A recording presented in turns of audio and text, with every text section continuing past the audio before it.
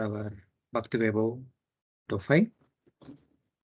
So, in the previous class, we were discussing about the teachings of Lord Rsabhadeva. So, having set a ideal example of how to be a brahmachari, having gone to Gurukul, having studied very nicely under the spiritual master, and offering him the Guru Dakshina, Rishabha came home, got married to Jayanti, given by Indra's own daughter, and then he took care of the responsibility of the citizens like his own sons. And as the leader of the citizens, he performed all the varnashram duties of the household order very nicely in order to set an example to the people in general by performing 100 Ashwamedha yajnas, so that people will understand what to do in life, how to do in life, etc. etc. And then, in order to set an ideal example of Vanaprastha or renounced before he wanted to take renunciation, he instructed his children, his 100 sons, headed by Bharat Maharaj, the final and the most significant instructions of the Vedic literatures. So we have seen all the prayers of Lord Rsabhadeva in the previous chapter from verse number 1 to 27. And then, accepting unto renounced order of life, he stayed at home in the kuti for a few days, accepting the charity from his own home for his survival. And then he began to wander in the city without wearing clothes, accepting the vow of deaf and dumb person, Jadavat, Unmattavat. As he was traveling on different parts of the city and different cities and different villages, different towns and different places, people became outraged because in a civilized society, when they see a person who is not up to the mark of the civilization, they become disturbed. So that is what happened with the Ambarish Maharaj. So he was not talking like other people. He was not responding, and he was behaving like a madman, as if haunted by a ghost. He was not wearing clothes. So that outraged the people in general, and they began to shout at him, scream at him, criticize him, throw stones, wood, even to the extent of foul smell, throwing at him the foul air, urine, stool, and other bad substances. It all went to that extent. Understanding that people are not happy with this kind of renunciation, not to create disharmony in the society, Rishabhdev went to forest and accepted the vow of a python, Ajagara Vritti. That means he was lying down at one place, not moving here and there. And whatever comes to him as per the destiny, he would accept, whether it may be water or food or anything. And he would stay there, and he would pass urine and stool there only. And he would roll over all these things, and his body would emit a kind of smell. So previously, even though he was wandering naked in different towns and villages, externally he appears to be like madman, but for women he appeared to be like Cupid. Though externally it seems that as if he is neglected person, but internally he is the supreme lord. His transcendental beauty acted as an attractive element for the city ladies. And now, when he was practicing the Ajagara Vritti, though it appeared to be like senseless, but the fragrance emitting from his stool spread to a distance of 10 yojanas, giving a wonderful fragrance. Like after being touched by Lord Krishna, Putana's gigantic body, when it is being burnt, it produced agaru. So something like that. So even though in his disharmonious activities, externally incoherent activities apparently seem to be, but his transcendental nature is not disturbed. He still remained transcendental and exhibited that transcendental potency by the transcendental beauty and the transcendental fragrance, etc. etc. And eventually in the last verse it is mentioned that because he was performing severe austerities, severe tapasya, the mystics in this came on their own accord in order to serve Lord Rsabhadeva. But Lord Rsabhadeva did not accept them. So now, hearing that, Parikshit Maharaj will ask a question, why he did not accept? What is the harm? He is a transcendental personality, he could have accepted easily. What was the reason? So Parikshit Maharaj gives an answer to that, and then Sukadeva Goswami gives an answer to that, and then speaks further about the deliverance, no, about the disappearance of Lord Rsabhadeva in this particular chapter. Thus, chapter 6 discusses about the low position of the mind, the disappearance of Lord Rsabhadeva, and the rise of heterodoxy in the imitation of Lord Rsabhadeva's activities. So this is the subject matter of chapter 6. There are 19 verses. Here you can see the breakup of the chapter. The first few verses, in order to answer the question of Parikshit Maharaj, Sukadeva Goswami talks about the nature of the mind, how the mind can bewilder a person in this world. And then the disappearance of Lord Rsabhadeva, and how Arhat, hearing about Lord Rsabhadeva, created a concocted sampradaya. So then, finally, Falashruti and the glories of Lord Rsabhadeva. With that, the chapter will come to a conclusion. So, let us begin. So, hearing that Lord Rsabhadeva did not welcome the mystic powers, King Parikshit asked a question unto Sukadeva Goswami. So, that question is asked in the first verse, and answer will be given in the subsequent verses. Yes, someone read the translation.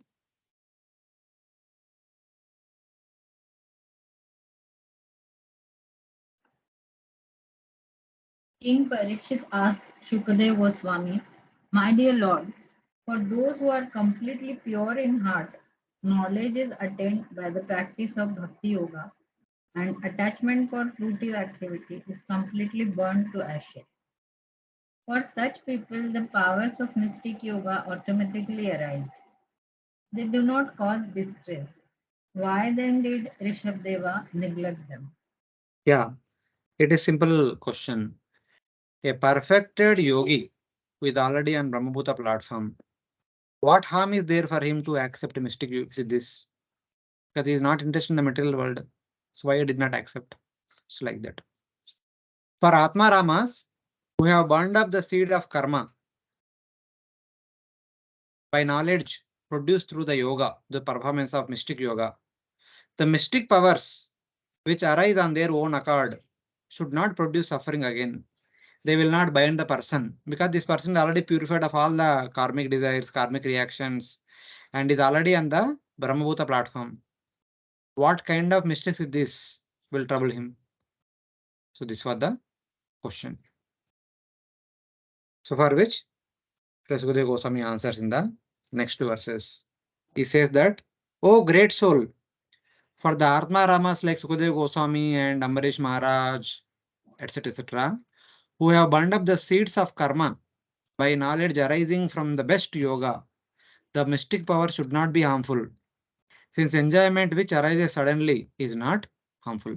Previously, we saw that the mysticism of Privrat Maharaj in the first chapter. He was also such a great Atmarama and great yogi, great devotee. He also had great mystic powers. But he employed the mystic powers in the service of the Lord by expanding himself as second sun and creating daytime where it is night. And then by traveling on the chariot, he created 7 islands from the Bhumandala. So he did that. So he employed the mystic siddhis there nicely in the service of the Lord. But why Lord Sukadeva is not using them here? That is what is the question. So on the other hand, Prabhupada says that a pure devotee is constantly engaged in the service of Supreme Lord. Whatever is necessary for the discharge of devotional service is automatically attained, though it may appear to be the result of mystic yoga power. But sometimes a yogi may display little yogic powers, but a devotee is not interested in displaying such yogic powers. Because the people of this world are captivated by the mystic siddhis, the display of the mystic yogis, yogic siddhis. But the devotees are not interested in attracting people like that. So Prabhupada writes about it in this purport.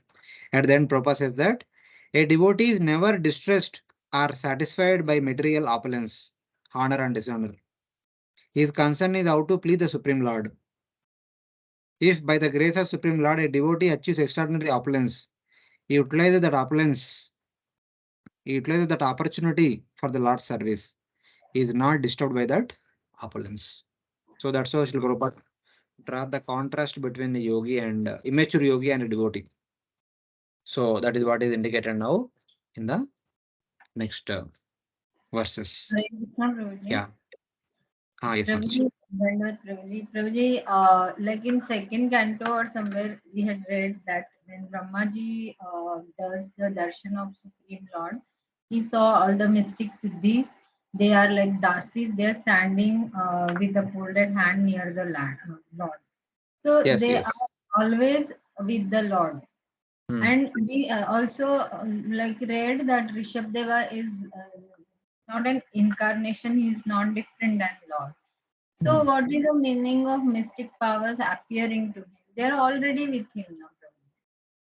See, we know that he is the Supreme Lord, but for a person in general, he is portraying himself as a sadhaka. So when a sadhaka performs a severe sadhana, as a result of that sadhana, the mysticism will come. So like that we should see. Okay, because Hmm. this is also big confusion, Prabhuji. Like since when the Rishabdeva's pastime had started, I'm thinking that at one place Lord says that Yadyadat Tirati Sreshtas Tatta Deve Tarojana. So I don't Hmm. need to work actually, but I do things because others should follow me. Hmm. So here, like, why then Lord does certain things which will bewilder the common person, and only not bewilder. See now, because of bewilderment and because of their low intelligence, people are behaving such a rough way with the Supreme Lord. So naturally, they will get so much of a bad karma of that. If somebody offends a Vaishnava, one gets so much has to repay for that. If someone Hmm. offends Supreme Lord, and that too to this extent, what they will have to face. Only they know. So, like, what then? Why Lord does like? Same you mentioned, no?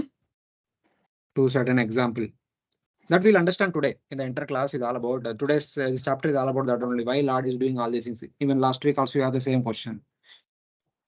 Even Binit Prabhu also asked the same question. Why it is so? Why Lord is doing all these things? So this chapter will understand about that.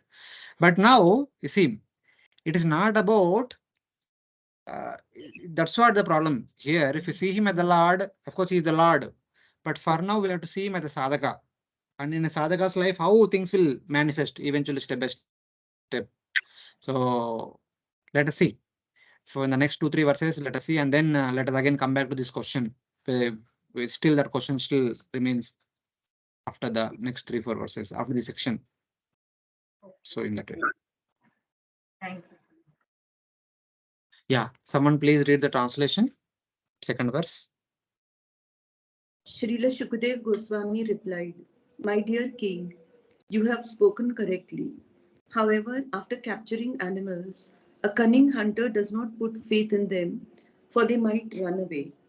Similarly, those who are advanced in spiritual life do not put faith in the mind. Indeed, they always remain vigilant and watch the mind's action." Hmm. So now in the next verses, Sukadeva Goswami giving so many analogies. He explained the behavior of the mind. He explained the function of the mind, how mind functions. Srila Sukadeva Goswami says, "You have spoken correctly, my dear Parikshit. Whatever you said is right. Atma Ramas can take the mistake. There will be no issue.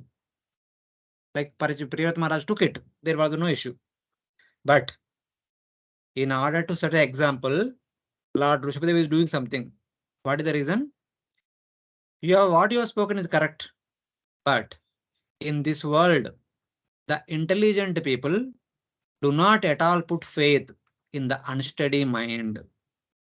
Anavasthanasya manasa. The mind is always unsteady. Chanchalami Manakrishna Pramadi Balavadrudam. As Arjuna says in the 6th chapter of Bhagavad Gita.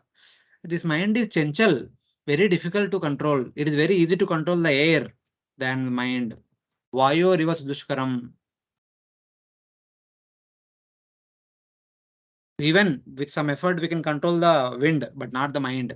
Like Arjuna said. Krishna says, yes, Asamshayam Mahabaho, Mano Durvignaham. So abhyasena tu kauntaya vairagyena ta gruhyache. Yes, my dear Arjuna, whatever you say is correct. Mind is very difficult to control, but it is possible by abhyasa and vairagya, by constant practice and detachment. So now here also, Shukadeva Goswami, in the same mode, talks about the nature of the mind. So the intelligent people do not put faith on the mind because the mind is unsteady, chanchalam, and it is degraded, and it is like a cunning person. The mind is like a cunning person. So the learned sages never put faith on their mind. When the mystic siddhis come to their disposal, their service, the mind says, please accept, you can use them. But the intelligent person does not accept them. Mind which says now accept, and tomorrow it will say it will destroy me with those mystic siddhis only. Something like that. So we will expand on this particular theme in the next verses also. You have spoken correctly. The mystic power should not give problems for Atmaramas. However, intelligent people like Atmaramas, like Lord Rsabhadeva, never put faith in the mind. Why? The mind at every moment takes on a new condition. Becoming pure, the mind becomes impure.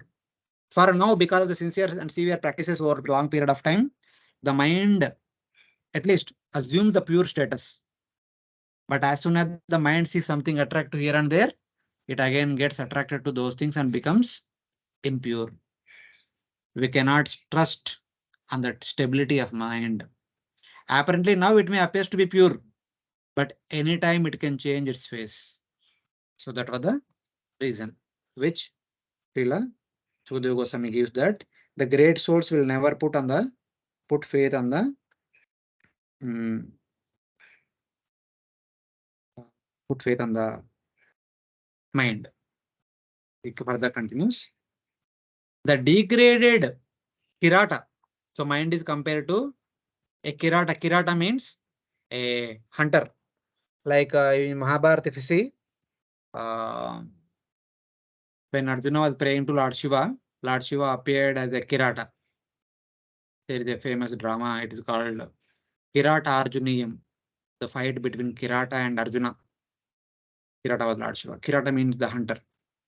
The degraded cunning person, after showing friendship, kills the trusting person after robbing him. A Kirata comes, makes friends with a person. After developing the trust of that person, one day kills that person and drops the entire wealth of that person. The mind is like that. So mind says that, okay, I'm completely under control. I'm your best friend. But when there is the right opportunity, kills that person. So something like that. After showing its purity with power not to be influenced by lust and anger, one day the mind makes the sadhaka who has become lax in effort to fall down by a sudden appearance of lust and anger. Currently, the mind says, I am staying away from lust and anger, lust, kama, krodha, lobha, madamo, masa, six anvatas. But finding a right opportunity, the mind will be empowered by lust and anger. It shows its real face. And then the person becomes bewildered. And being attracted by kama, krodha, mada, moha, masara, deviates from his right path of perfection. So that's why the great souls will never put faith on the mind. Though the low-born person constantly studies the dharma and shows good character and is trusted even in the treasury, he sometimes commits theft since his nature is difficult to give up. This is like a person who is low born, means born with lower qualities, even though by the good fortune of association of some devotees kind of shows his steadiness in the practice of dharma. But when there is a right opportunity, he displays his low qualities. So like that, because one's nature is very difficult to give up. So it is like that. Similarly, though one trusts the mind, which has been purified by sense control and the mind control and has become fixed in hearing and meditation, the uncontrolled mind becomes absorbed in sinful objects when given the opportunity and takes away the discriminating knowledge. So even though mind seems to be a good friend, it is always focusing on daily sadhana and no diversion here and there. But given an opportunity, the mind again shows its real nature of diverting the sadhaka to materialistic thoughts. So like that. That's why the great souls will never put faith on the unsteady mind. In order to indicate this, Lord Rsabhadeva did not accept the mystic siddhis. So that is just to set an ideal example. So in the even the future, whoever follow the sadhana instructed by Lord Rsabhadeva should not accept the mystic siddhis, even though they come on their own to serve that person. So like that. Because we don't know, the mind can trap the person and make the person get attracted to the mystic siddhis and other facilities which will come through that mystic siddhis. So in that way. So this is one reason. And we will speak about other reasons also in the next two verses. Tatacha Uktam. The nature of mind is being talked about by great sages of the past. So in the previous verse, Sukadeva Goswami gave his own opinion. In the next three, 4 verses, he quotes the opinion of great sages of the past. Na kuryat karachis sakyam manasihi anavastite yad vishramba chira chirnam chaskanda tapa aishwaram. All the learned scholars have given their opinion. The mind is by nature very restless, and one should not make friends with it. If we place full confidence in the mind, it may cheat us at any moment. Even Lord Shiva became agitated upon seeing the Mohini form of Lord Krishna, and Saubhari Muni also fell down from the mature state of yogic perfection. Here, some examples are given. The example about Lord Shiva and Saubhari Muni. Even though they are exalted, but we see how the mind diverts. One should never make friends with the unsteady mind, because by trusting the mind, even the long-standing austerity of Lord Shiva was quickly destroyed. Oh, here the word Aishwaram used. So Aishwaram can be taken as Lord Shiva, Ishvara, or Aishwaram can be taken as the perfected mystic yogis. Of the two, anything is okay. But example के लिए दोनों का नाम दिया गया इधर. Because of faith in the mind, one's austerity practiced over a long time flows away. If we trust our mind, there is a great chance that mind can divert us from our sadhana. Even personality like Lord Shiva and Saubhari Muni also got diverted, then what to speak of us? Like that we have to see. Aishwarya means something related to Lord Shiva, whose austerity was destroyed by seeing the form of Mohini Murti. Lord Shiva, who was generally glorified as Dhira, the Dhira Purusha, who is not disturbed by Parvati also, but he was disturbed by Mohini Murti. Or it can refer to those who were expert in sense control, such as Saubhari. And Saubhari Muni also expert in sense control. He was practicing austerities within the water, but just looking at the fishes, he was disturbed. He went home and married 50 daughters of Mandata and then set up family life, forgetting his yogic practices. So like that, the mind can do the most unexpected. So that's how the nature of mind is indicated. So because of all these reasons, Lord Rsabhadeva did not take the mystic siddhis. So even though if he takes, nothing will happen because he's the Lord of everything. But in order to set a right conduct, right example for the future sadhakas, he's doing it like this.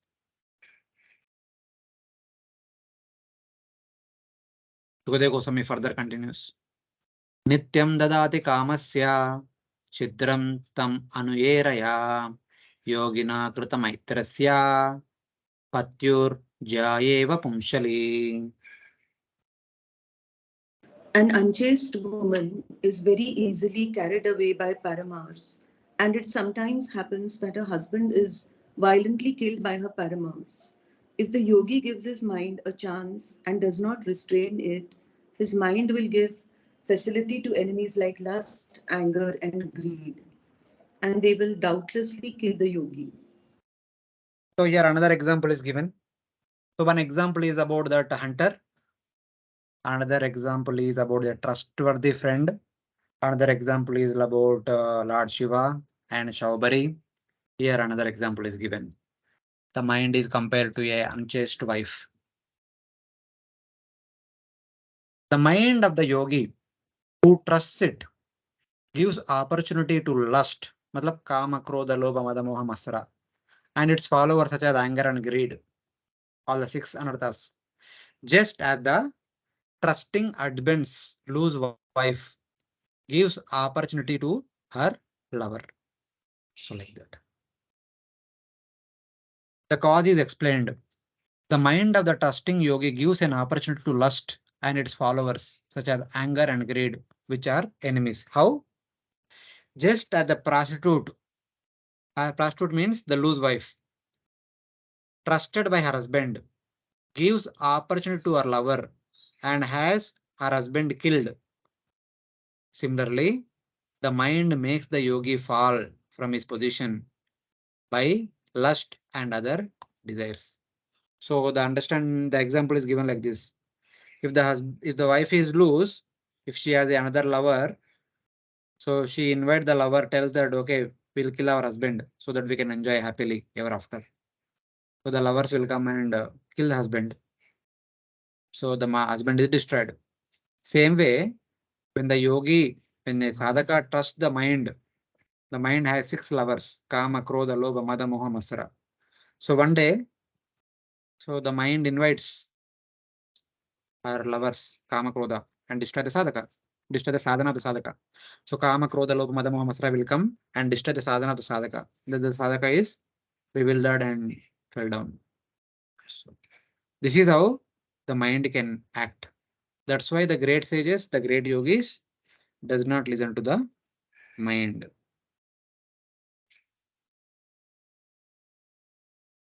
So in this verse, so in this regard, Srila Prabhupada's uh, talks about two things, important things. One is, of course, it is not an offense to anybody, but the woman need to be protected nicely. In the childhood, parents supposed to protect her. Later on, after marriage, husband should protect her. After husband's renunciation, the sons should protect her. So that because uh, the women are need to be protected in that way.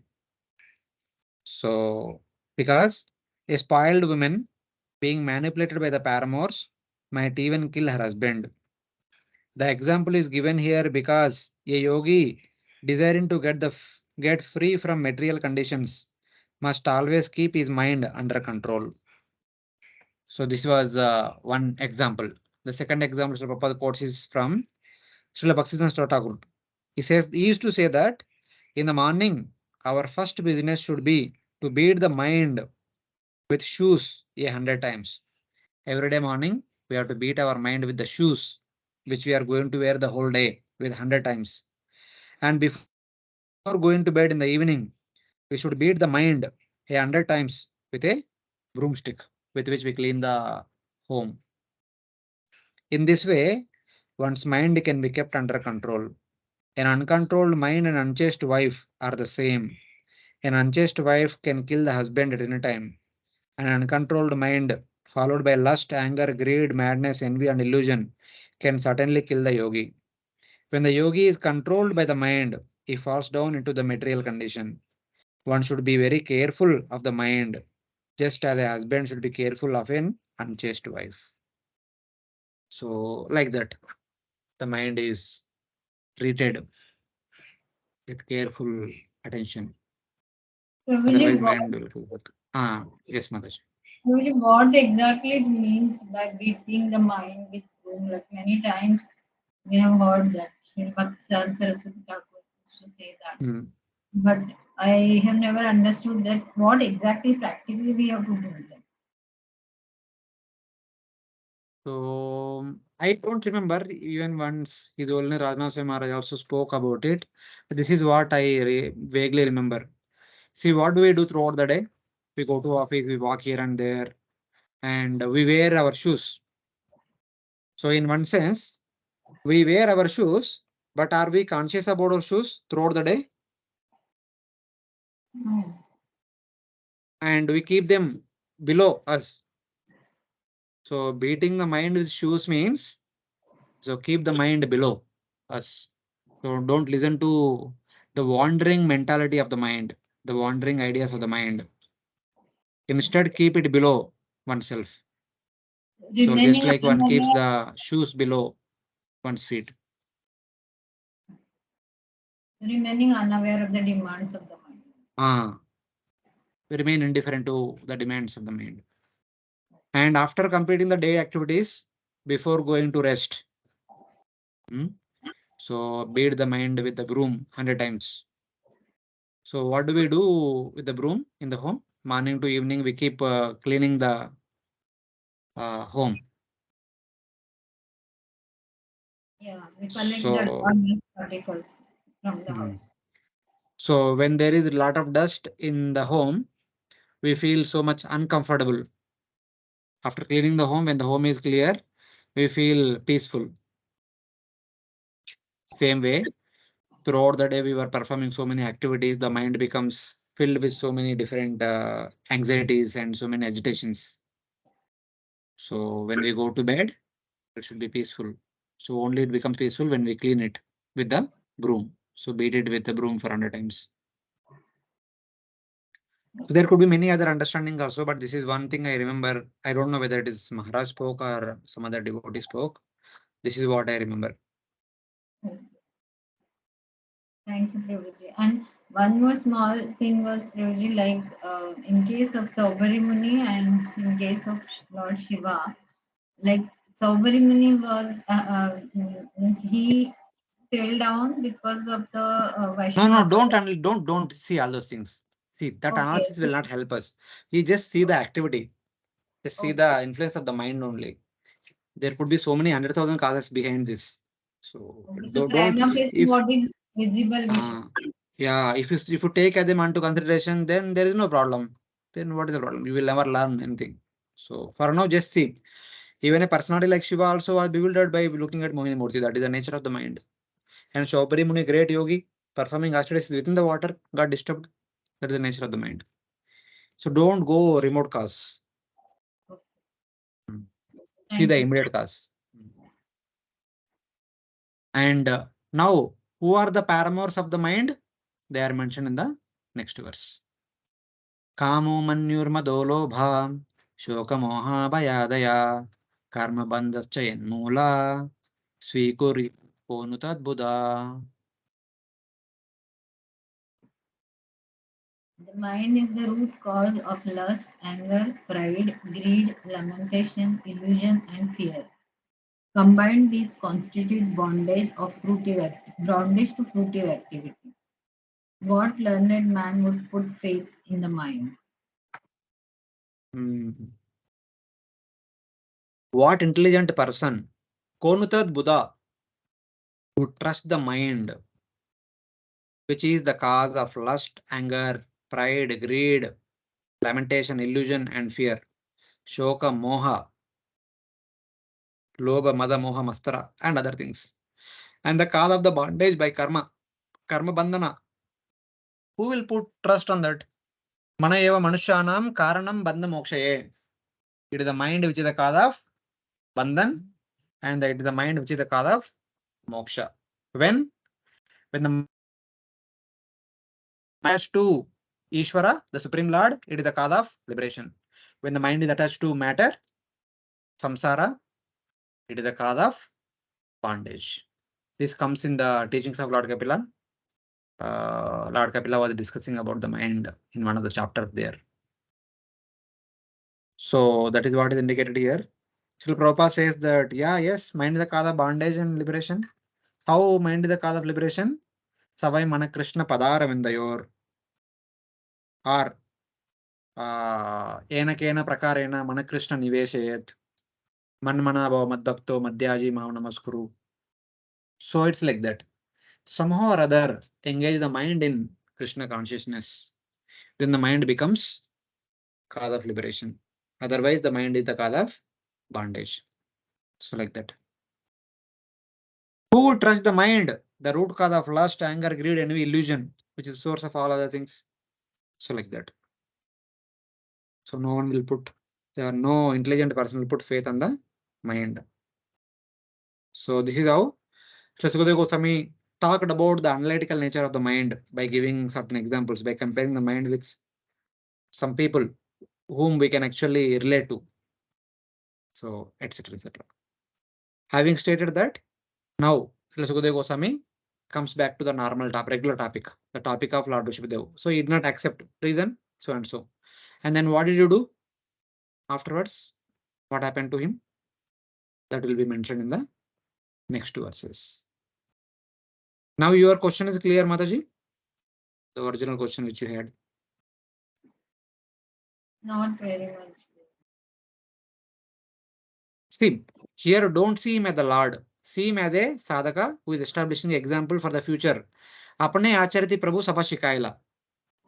The acharya has to act himself as a sadhaka and show others so that they can follow in his footsteps. So that was the reason. Okay. Like Hmm. like how Chaitanya Mahaprabhu came to teach bhakti, so he came as a bhakta. So he Rishabdev came to teach yogis, so he behaved as a perfect yogi and how the yogi Yes. should be. Okay. Okay, thank Yeah. you. Someone read the translation.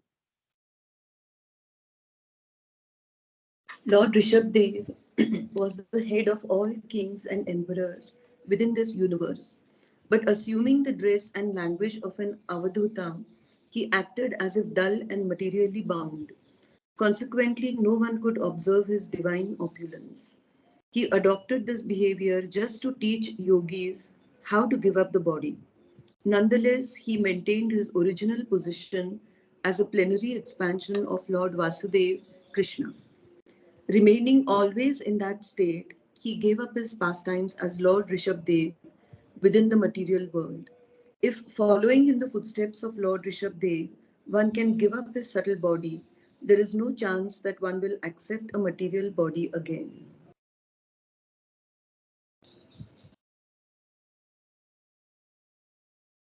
Yeah.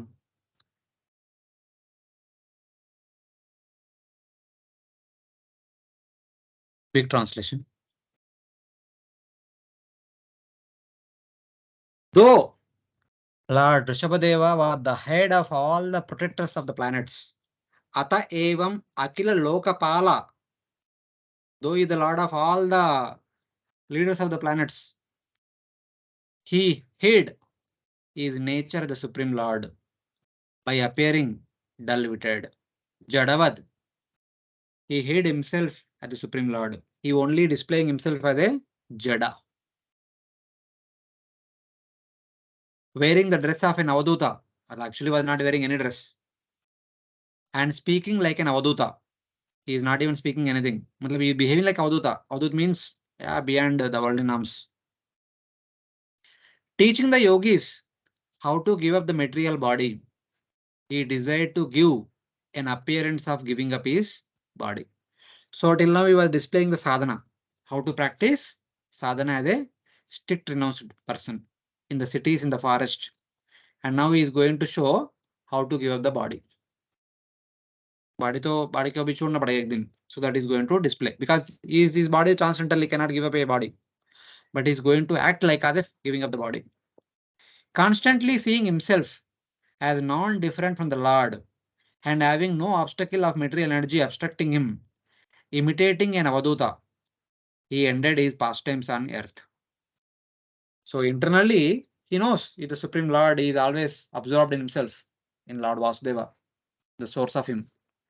But externally, he is acting like a Avaduta, a Jada, a Unmatta. So, and now he is going to display the act of giving up the body. He taught how to give up the body by imitating giving up the body because his body is spiritual.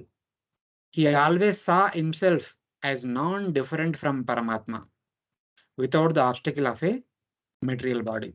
For us, the Jivatma and Paramatma both are there in the heart. We will not be able to see the Paramatma because we are so much enamored by the material body. But for Lord Rishabhdev, he is always seeing the Paramatma, Lord Vasudeva, as non-different from him because he is the expansion of Vasudeva. Imitating the conduct of an Avaduta, he gave up his pastimes as an avatara. That means desiring to give up his body means that he desired to give up the manifestation of his body in this world. He wanted to wind up his pastimes. This means this meaning will be evident in the next verse. The meaning will be explained in the future verses. But now he is going to enact the pastime of giving up this world by giving up his body. So he is going to wind up his Leela.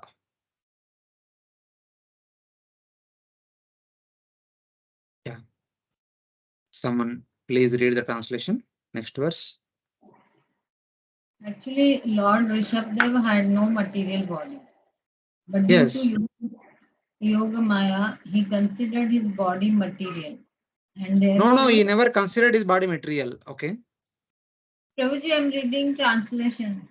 Okay. No, as if you are talking. Okay, no problem. Please read. Yeah. Actually, Lord Rishabhdeva had no material body, but due to Yoga Maya, he considered his body material. And therefore, because he played like an ordinary human being, he gave up the mentality of identifying with. Following this principle, he began to wander all over the world. While traveling, he came to the province of Karnataka in South India and passed through Konaka, Venka, and Kutaka. He had no plan to travel this way, but he arrived near Kutakachala and entered a forest there. He placed stones within his mouth and began to wander through the forest, naked and with his hair disheveled like a madman. Yeah.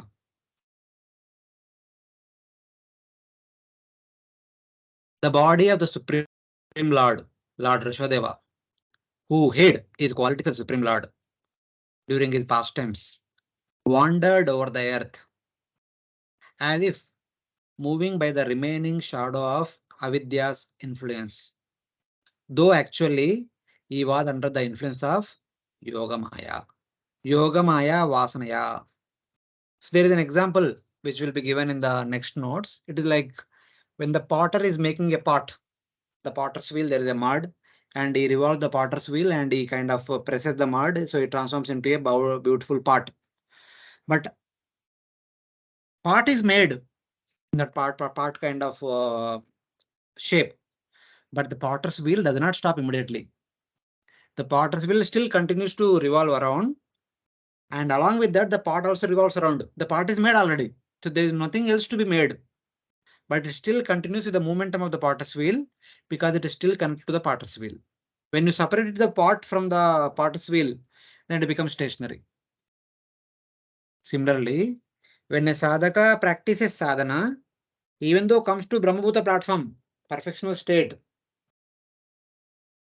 but still the body will continue to live for few more years, few more days, because the lifespan is still remaining. Though is already in Brahmabhuta self-realized platform, but the body will still remain for a few more days or weeks or months or years. If he wants to wait till the natural death. Otherwise, such yogis who already reached perfection, they can take shelter of Ashtanga Yoga, raise the prana from the Muladhara Chakra all the way up to Ajna Chakra and piercing through Brahmarandra, they can give up their body and then enter into Sahaja. That they can do by force. But if they want to wait for voluntary death, then their remaining days will be like the pot which is already made, which is still connected to the potter's wheel, it still continues to revolve. Just like when the fan is still running, when we disconnect the electricity by switching off the switch, the fan still rotates because of the inertia. Though there is no connection to the electricity, though there is no connection to the material world, but still it is revolving because of the inertia. Eventually, one day it will stop naturally when natural death comes. So like that, that is the understanding here. Even though he's already self-released, he's still continuing his body for a few more days or weeks or months, whatever it is, just because as if the Avidya Shakti is still continuing the bodily activities, so that the bodily prarabdha will be ended. So it is like that. So now, just like the Ashtanga yogis, by force they raise prana from the Mooladhara chakra all the way up to Ajna chakra and give up the body. Here Rsabhadeva is going to give up his body by another forceful way. What is that? While traveling, and afterwards he started traveling again. Previously he was traveling, people were outraged, so he began to stay at one place like a python. And now in order to give up his body, he got up and he began to wander. He went all the way up to Karnataka provinces, reaching the Konka, Venka and Kukata in Karnataka state in South India. So when the translation said like this, I was reading through Shloka. Here it is actually mentioned Konka, Venka, Kutakan, Dakshina Karnatakan Deshan Upagata. Dakshina Karnataka, it is clearly mentioned in the Shloka only. So he reached the Karnataka state in South India. By his own will, he came to Kutakachala. Here it is mentioned Kutakan. Within the Kunkanka Venka province, there is a mountain known as Kutakachala. He came there. He moved like a madman, naked, with disheveled hair, and had a stone in his mouth. These were the symptoms of his appearance when he wanted to wind up his pastimes. He traveled to all these places like a madman, naked, disheveled hair, and having a stone in his mouth, so that he will not speak. So like that. This verse describes how Lord Rsabhadeva gave up his body. Though he was the Lord, he gave up the characteristics of the Lord, Mukta Lingasya, or he had the characteristics of a liberated soul. Though he is the Supreme Lord, he did not behave like the Lord. He behaved like another sadhaka, giving up the nature of the Lord. And now he is behaving like a liberated person, Jivan Mukta, Brahmbhuta person. Just as the yogis move their body by the influence of the previous impressions, after they are liberated, Jivan Mukta hone ke baad bhi their body continues to stay for a few more days because the body has got some prarabdha. So in that way, like a finished part still moving on the potter's wheel, Lord Rsabhadeva, making an appearance of identifying with the body, continue to exist by the impressions which are a reflection of avidya, like the Jivan Muktas. So though he already came to the platform of Brahmabhuta platform or Jivan Mukta platform by practicing that severe sadhana, but still he wandered from that place to Konka Venka.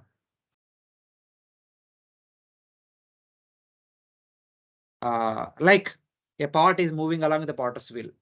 So something like that. So here he came all the way to Karnataka province in order to give up his body. Prabhuji, this putting stones in the mouth, does it have any specific significance, like how he? Wait. Let us read. However, Lord Rsabhadeva was actually different. He existed by the influence of Yogamaya. From Lord Rshabhadeva's point of view, he is only simply enacting the drama. But for us, he is a sadhaka.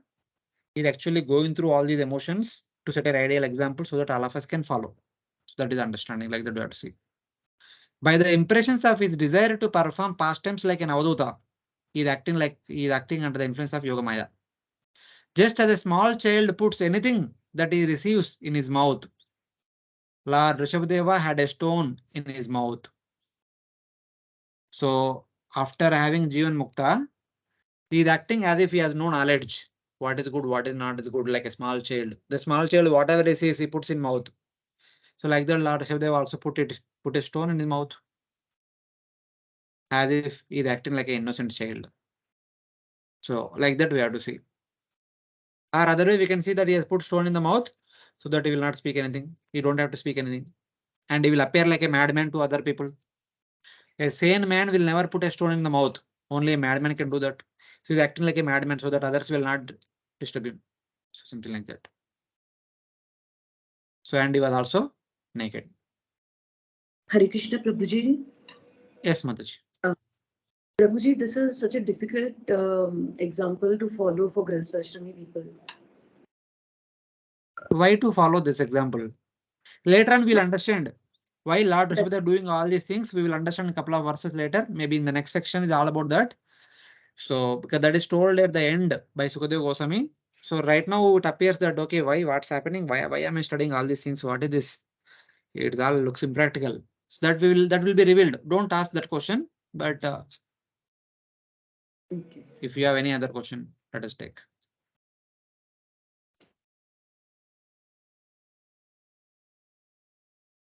No other question, Prabhuji. So now in the next verse talks about it has mentioned that he had disappeared. How did this happen? The next verse describe that.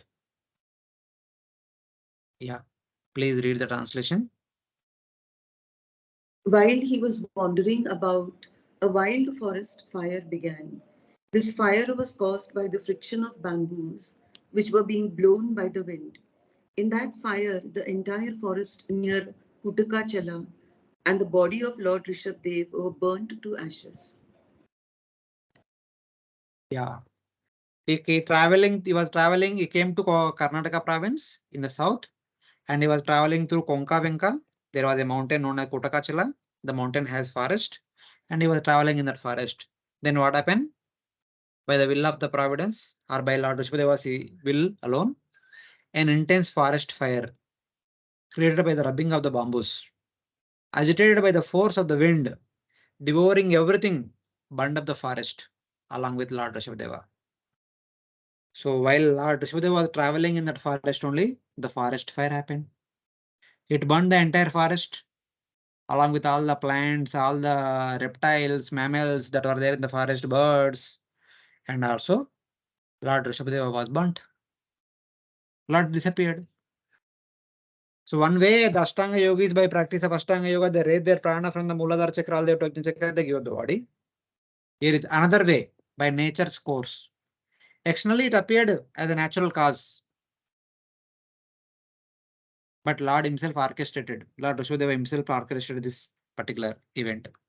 Just like if you remember, Mother Sati invoked fire to burn herself. Dhritarashtra invoked fire to burn himself. And Prithu Maharaja's wife, when Prithu Maharaj left his body, she prepared funeral fire and put his body on that and she burnt it. And she herself entered into that fire to give up her body. So sometimes it happens on their own will, a voluntary or by force or by nature's order, it happens. So like that, Lord Rishabhadeva gave up his body.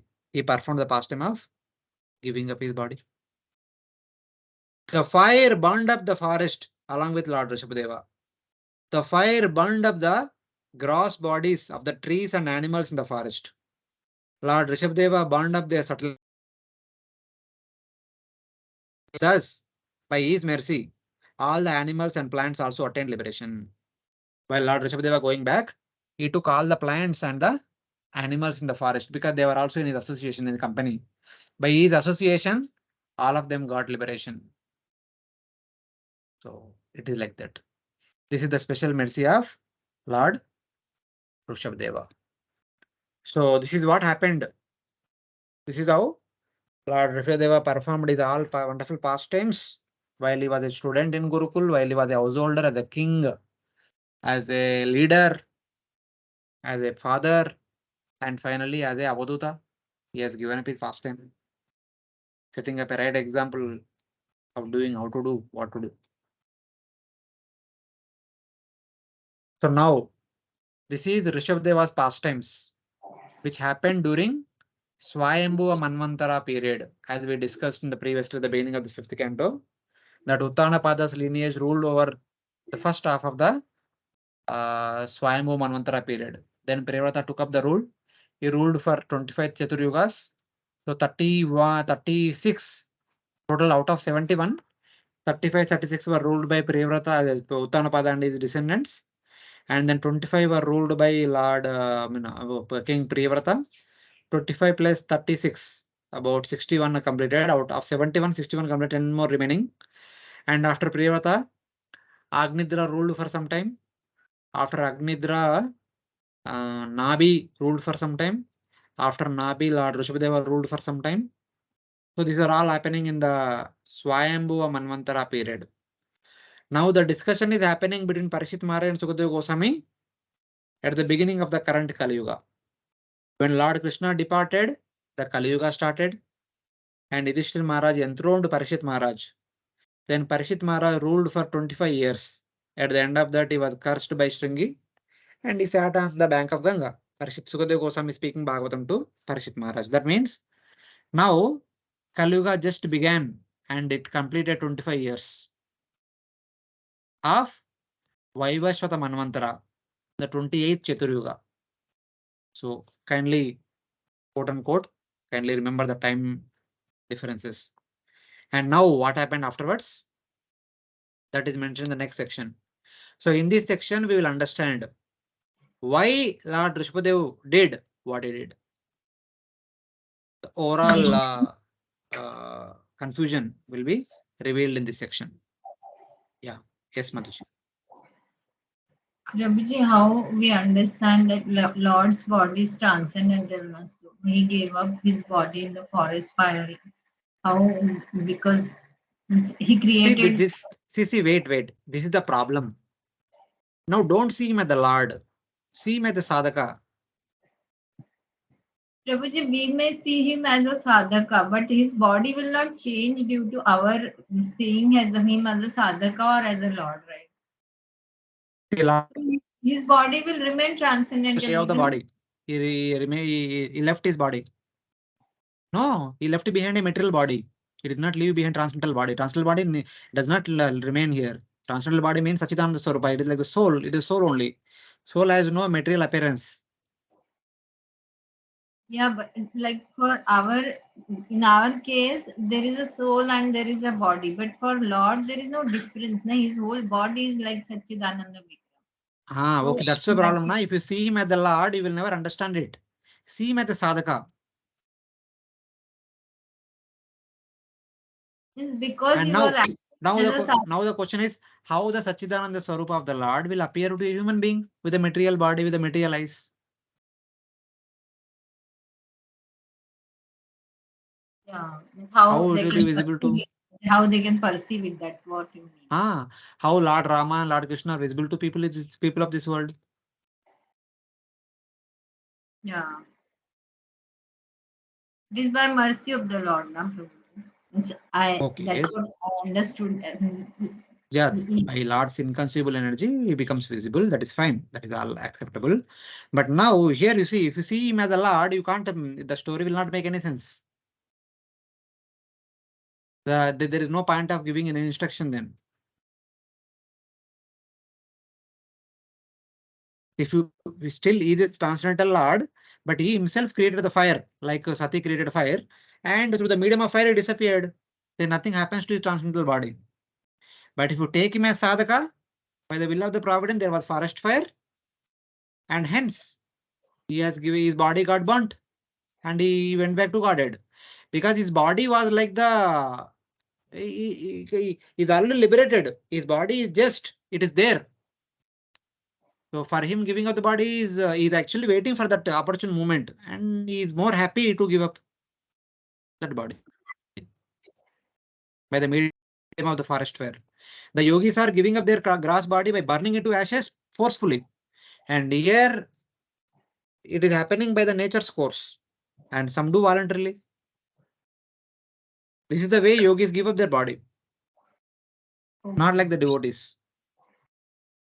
Hare Krishna. Yes, Mataji. Prabhuji, is it like how Krishna gave up his body? Same thing. That's what I'm giving to you. Krishna, Lord Krishna, in order to invite Kali, he gave up his body.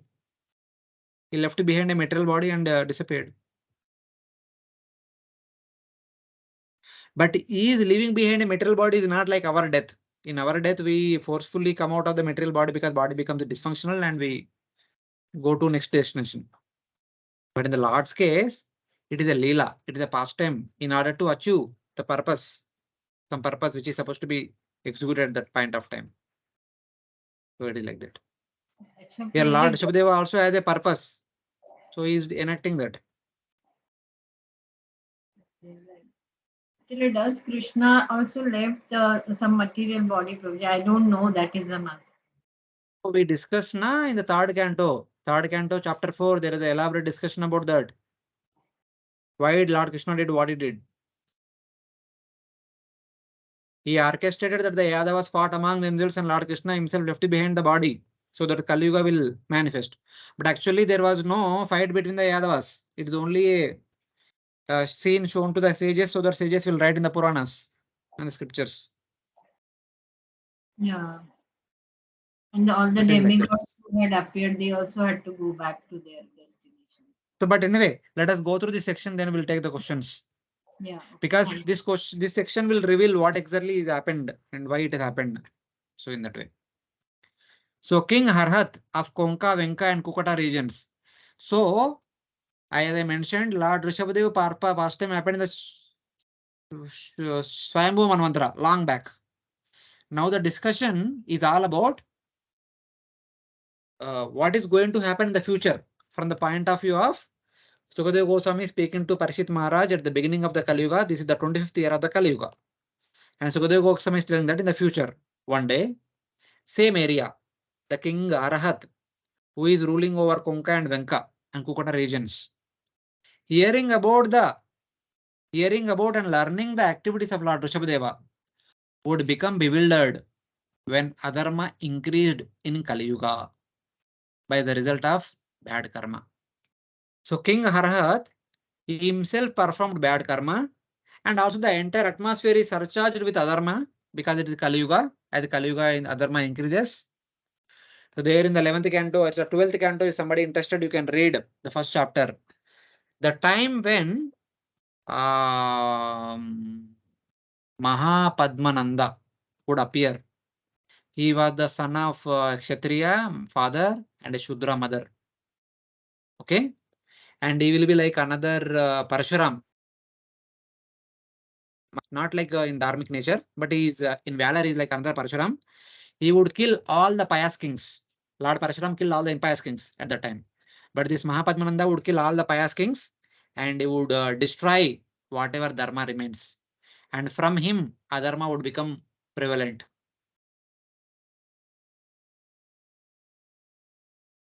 So after that time, we could say, so Mahapadmananda had 9 sons. One of them is Dhanananda. In order to kill Dhanananda humiliates Chanakya a lot. Chanakya trains Chandragupta. Eventually, Chandragupta grows up further and further. Chandragupta comes and kills Dhanananda, the son of Mahapadmananda, and he establishes another kingdom, the Maurya dynasty. So that is there. Maybe little later that time, the king Arhat, hearing about the activities of Lord Rsabhadeva, and also especially hearing about that Lord Rsabhadeva here left his body, entering into the forest, and he was living like a madman without wearing clothes and behaving like a haunted person, and so and so and so. He heard everything, and he heard that Lord Rsabhadeva attained perfection by being burnt in this forest here in this place, and he was inspired because he himself is performer of the bad karma. As a result of bad karma, having heard about Lord Rsabhadeva, he got an idea. What is that? Foolishly giving up is path of dharma. Whatever his teachers taught, dharma, that dharma which he is supposed to follow, he forgot that. He forgot that. He gave it up foolishly, which destroys all the dangers. That dharma which is taught by his teachers in the Gurukul, actually it destroys all the dangers.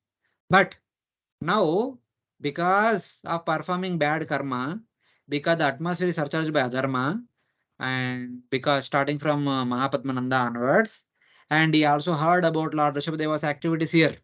He was so much inspired by hearing those activities, like leading a life of Avadut, etc., etc.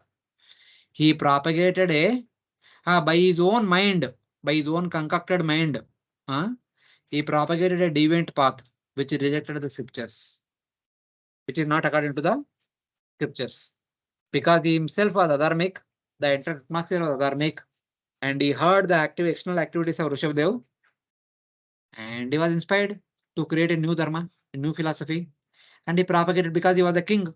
He had the influence. He propagated. He spread all over, rejecting the scriptures. This is what happened.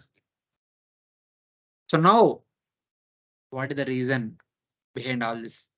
Now, what all happened is all in the current Kaliyuga. Sukadeva Goswami foretelling in advance, eventually in the future, after Mahapadmananda, the Dharma will be completely destroyed. Later on, a king known as Arhat will be influenced by Adharma. He himself will be a dharmic person. And having heard about the activities of Lord Rsabhadeva is wandering here and there like a Avadut and then attaining perfection by entering into this forest in this very place. He will be inspired to start a new religion. He will start a new religion, which is concocted and which is against Vedic literatures. Now, what is the reason? The inside reason is the jivas of Kaliyuga, looking in the external world, will get benefit by hearing and chanting the pastimes of Lord Rsabhadeva. When he was a student in the Gurukul, he was a householder, he was a king, only those activities, but not by imitating his behavior. The people of Kaliyuga, they can only look at the external world. They can't go deep within the core of the heart and they can't understand what is happening in the core of the heart of the personality like Rsabhadeva. They will get benefit by hearing and chanting the pastimes of Lord Rsabhadeva, but not by imitating his behavior superficially. Because the jivas in Kali Yuga are incapable of looking inward, they become fallen by becoming fixed in Rshabhadeva's external conduct alone. They will be fallen if they simply imitate him externally, his renounced activities. For example, a person called Harhat will be born in the future. Hearing about Lord Rshabhadeva through local scriptures, which happened in Swayambhu Manvantara. Afterwards, second, third, fourth, fifth, sixth Manvantaras are completed. In the seventh Manvantara, 27 Chaturyugas are completed. In 28 Chaturyugas, Satya, Treta, Dwapara completed. In Kali Yuga, maybe after 3500 years, he will hear about that Rshabhadeva, his activity that happened in that place, Konka Venka province. Okay. A person called Harat will be born in the future. Hearing of Rshabhadeva through local scriptures, Stalapuran, he thought he would also become similar by imitating Rshabhadeva's activities. He learned about his activities in detail. And then, when Adharma would increase in Kali Yuga, because of what would inevitably happen as a result of bad karmas, Arhat became bewildered. Arhat became bewildered by because of his own bad karma. He was also bewildered because of the cumulative Adharma that is spread all over in Kali Yuga. And he heard the activities of Rshabhadev by the local people, Stalapuran, and he thought that, okay, I will also do like him. I will also attain perfection like him. He created a deviant philosophy because people of Kaliyuga can only hear what he did, but we cannot understand with what mood he did. What is the consciousness of Rshabhadeva that we cannot understand. We cannot go internally. We can only see externally. This is the problem with Kaliyuga people. So it is mentioned this. So what Rshabhadeva did after accepting renunciation, it is not for Kaliyuga people. It is meant for previous 3 Yuga people only, not for Kaliyuga people. For Kaliyuga people should only hear about Rshabhadeva and get inspiration, should never ever follow in his footsteps. This is one of the reasons Srila Rupa Goswami quotes in Nectar of Devotion that we do not worship Lord Rshabhadeva anywhere in our Vaishnava tradition. Because unfortunately, the people of Kaliyuga they imitate the great personalities. This is the disease of Kaliyuga. Instead of getting inspiration by looking at them, they want to imitate. That's why we see so many sapasambas coming here and there. They say that I am Krishna, I am Rama, I am this, I am that, I am Kalki. They want to imitate the Lord Kaliyuga Jiva. That's why in Vaishnava Sampradaya we don't worship Lord Rsabhadeva. We don't worship Lord Buddha. These two, yes, these two deities we don't worship anywhere, because unfortunately the Kaliyuga people have the tendency to imitate them. So like that. And imitating their activities is detrimental to one's spiritual progress. That's why our acharyas recommend not to worship these two personalities. I think there is one more personality also we discussed during our NOD classes. I don't recall now. One is Rsabhadeva, other one is Lord Buddha for certainty. Third person, I'm not sure. Yeah, third person is Dattatreya. Even in our Gaudiya Vaishnava Parampara, we don't worship Lord Dattatreya also. So in that way, at least even in the Bhagavatam also we see in the Uddhava Gita that Lord Dattatreya in one sense he says that impersonalism, you don't have to take a personal guru. You can wander in the forest here and there like Avadut and you can get lessons from the material nature.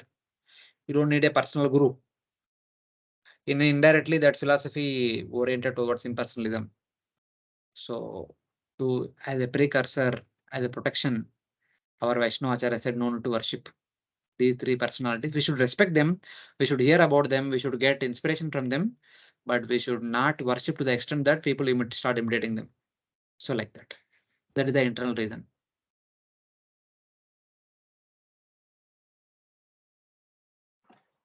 Hare Krishna, Prabhuji, I got the answer of what you had said. Now you will later understand why Krishna is glorified so much, but not Rishabh.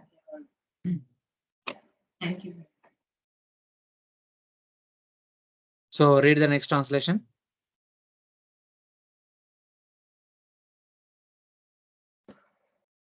One minute. Yeah, someone please read. Yeah. People who are lowest among men and bewildered by the illusory energy of the Supreme Lord will give up the original Varnashram Dharma and its rules and regulations. They will abandon bathing 3 times daily and worshipping the Lord. Abandoning cleanliness and neglecting the Supreme Lord, they will accept nonsensical principles. Not regularly bathing or washing their mouths regularly, they will always remain unclean and they will pluck out their hairs. Following a concocted religion, they will flourish. During this age of Kali, people are more inclined to irreligious systems. Consequently, these people will naturally deride Vedic authorities. The followers of Vedic authority, the Brahmanas, the Supreme Personality of Godhead, and the devotees. So it is like that. Here, the more details are revealed. By that system, bewildered by Lord's Maya, the lowest of mankind. This verse is also talking about the people of Kaliyuga. Sukadeva Goswami talking about what is going to happen in the future from their point of discussion. The lowest of mankind, making their own rules, which are devoid of clean conduct. Saucha Charitra Vihina. Their Charitra will be Saucha Vihina, without any cleanliness. Will practice vows against scriptures. Without bathing, they don't bathe. Without performing purificatory rituals such as Achman. Without following the Saucha, the principles of cleansing the body. And while plucking out their body hairs. Kesha Ullanchana Adini. Such as, etc. There could be many more. They pluck out their body hairs. They don't shave. And at the same time, ignoring the Lord. Deva Helanani. They don't worship the Supreme Lord Vishnu. Their minds overcome by the proliferation of adharma. They are bewildered by adharma and they think that adharma to be dharma. In Kaliyuga, Kalinam, in the current Kaliyuga, they will criticize Prayena Vidushaka Bhavishyanti. In the Kaliyuga, in the future, they will criticize whom? Brahma, the Vedas. Brahmana, the Brahmanas. the propagators of the Vedas. Yajna, they will criticize the sacrifice. Purusha, they will criticize the Supreme Lord. And Loka, they will also criticize the devotees who, by taking shelter of the Brahmanas, that means devotees, hearing from the Vedic literatures, executing the sacrifice, it could be fire sacrifice or Japa Yajna, worship the Supreme Lord. All these different people are criticized. Devotees and the things associated with devotees, everything being criticized by these people. This is what will happen like that. Sukadeva Goswami foretold in the beginning only, at the beginning of the Kaliyuga only. Making up their own rules, they will be devoid of rules of cleanliness and proper conduct. They don't follow any scriptural rules and scriptural code of conduct. They create their own concocted ways of means. That's what they continue to do. It's like that. You are getting? The previous verse he talked about King Harat, and in this verse he talks about King Harat and his followers, what they would do, what kind of concocted philosophy they would create. That will consist of all these things. Without bathing, without achman, without cleanliness, and without shaving, plucking the hairs, and yeah, and most important thing, they criticize the Veda, they criticize the Brahmana, they criticize the performance of sacrifice and devotional activities, and they criticize the Supreme Lord, and they criticize the devotees who are following all these activities. So like that, fully, outrightly. So it's like that. These lowest of people, faithful to an ignorant tradition, concocted by themselves, Nija Loka Yatraya, their own concoction, which will not accept the authority of the Vedas, will fall down to hell. Tamasi ande swayam eva pra patishyanti. And Sukadeva Goswami telling that. On the other hand, the followers, they say that if you don't follow our dharma, all of you will go to hell. Your Lord already gone to hell, and you will also go to hell. That is what they say. And Sukadeva Goswami is telling that because these people did not respect whom? The Vedas, the Brahmanas, the sacrifice, the Lord, and the devotees. They'll go to. Instead, one thing is not accepting, being neutral. Second thing is criticizing, opposing. Because they opposed, they criticized, they are aparadi. So that's why they'll go to hell. Like that, Sukadeva Goswami says. And finally, it says that I am avataro rajasa upapluta kaivalyopa shikshanartha nartaha. So while Rsabhadeva did all these things, because of which he created adharma and external adharma, and people become bewildered and they create adharmic activities, what is the reason? So one my question. For that, here Sukadeva Goswami said that Lord Rsabhadeva appeared in this world, in this particular avatara, to teach liberation, which had become lost due to the influence of time. The Lord appeared to rejuvenate this principle of attaining liberation by the practice of severe austerities. Lord Krishna, chapter 4, Bhagavad Gita, I also tell the same thing. Imam vivashate yogam proktavan aham aveyam vivashvan manavepaha manu rikshvaku ebarvit. And then what was the second verse? Sakalene evam rajarshiyo vidu evam parampara praptam evam rajarshiyo vidu sakalene hamata yoga prokta puratana. So this yoga, which I spoke long back to Sun God, in due course of time it has been disappeared. Sayevayam mayatedya yoga prokta punartana. Bhaktosime saka cheti rasamiti etuttamam. The same yoga now I am speaking to you because you are a qualified person. Bhaktosime saka cheti, your friend and devotee. That's why I am speaking the same yoga to you, which appear to be lost by the influence of time and due course of time. So Lord Rsabhadeva also appeared to teach a particular method which was prevalent in the past, but is forgotten by the influence of time. He came to rejuvenate that process. That is the purpose Lord appeared. But for whom? Who are qualified to practice this path? That instruction is given in the notes. When Lord Rsabhadeva appeared, the Jnanis of that time during Swayambhu Manvantara period were supposed to follow his example. He came to teach this Jnana Yoga or Jada Yoga, which had been lost due to the influence of time. So Lord Rsabhadeva appeared to teach this particular method of practice and giving up the body to the Jnana yogis, not to one and all. That too during his time. Or he came to teach the path of liberation to those who were overcome by Rajoguna, Rajasa, Upapluta.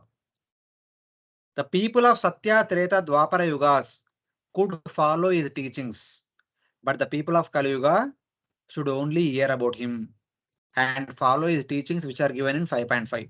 Not his activities after renunciation. Kaliyuga people are not meant to follow the activities which he performed after renunciation. Instead, they should follow the ideal set by Rsabhadeva when he was brahmachari or grahastha as a king, as a leader. That much only.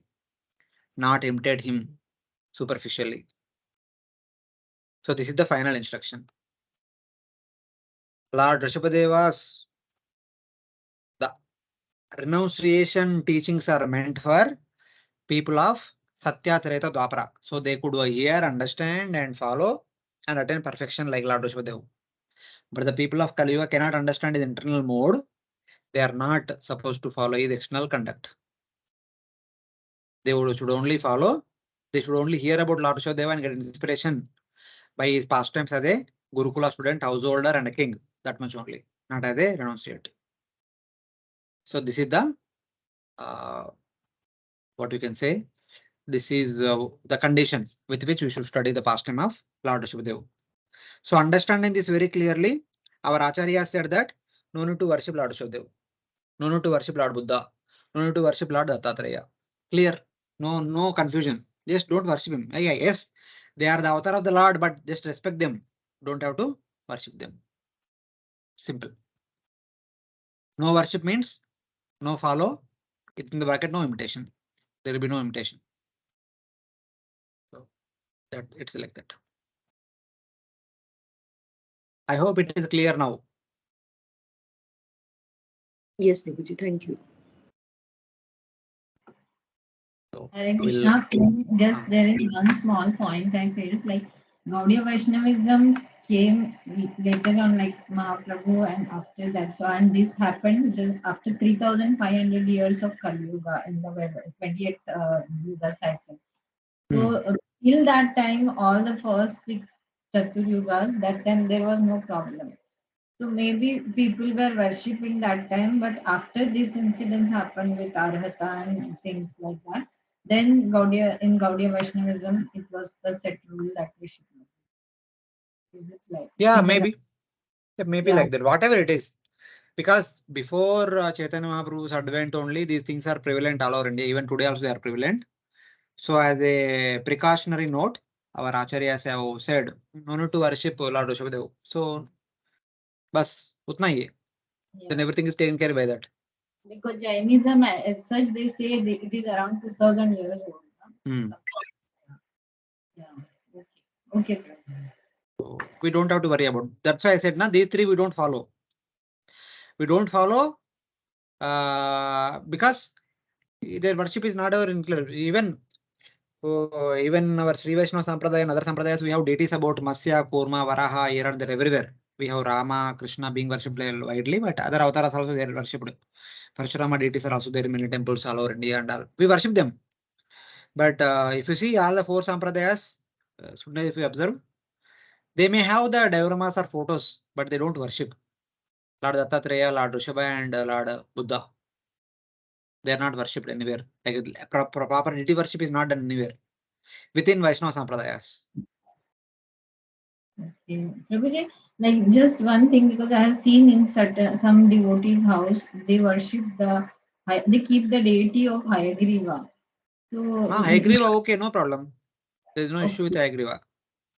okay. So why it means it should be kept, or how we should see it? Huh? Means it is beneficial that one keeps Hayagriva deity, and why it is kept like that? I do not like that. I mean, see, we don't hear about Ayagriva so much, so we are not feeling like to keep his deity. But Madhva Sampradaya, if you see, most of the devotees keep Ayagriva deity in their home. Ayagriva will be their Kula Devata in Madhva Sampradaya. Narsingadev is Kula Devata for Sri Vaishnava Sampradaya. Many of the devotees keep Lord Narsingadev in their home. It's a deity. Okay. Yeah, they worship they worship Lord Narasimha their household deity, which is coming from generation after generation in Siva Samdaya. In Madhvas, they keep Lord Ayagriva, the deity coming generation after generation. Okay. Because they were hearing about them most and they are attracted to him by birth. It is natural for them. Okay. But as a Because Gaudiya since Vaishnava, just like as Gaudiya Vaishnavas keep Gaurnita in everyone's home, either Gaurnita or Jagannath Baldev Subhadra, because we hear about them and we keep them and worship them as our other deities.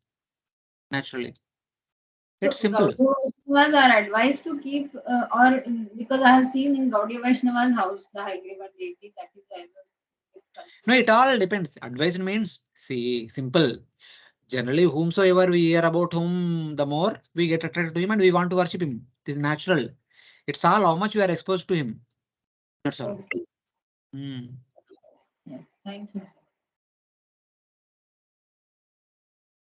So now the last section, last few verses, the glories of Lord Rsabhadeva are mentioned. And with this, the chapter will complete. With the pastime of Lord Rsabhadeva will complete, which is spread across 3 chapters. अहो भुवः सप्त समुद्रवर्त्या द्वीपेषु वर्षेषु अधिपुण्यमेतत् गायन्ति यत्र त्यजना मुरारे कर्माणि भद्राणि अवतारवन्ति. Learned scholars chant about the transcendental qualities of Lord Rishabdeva in this way.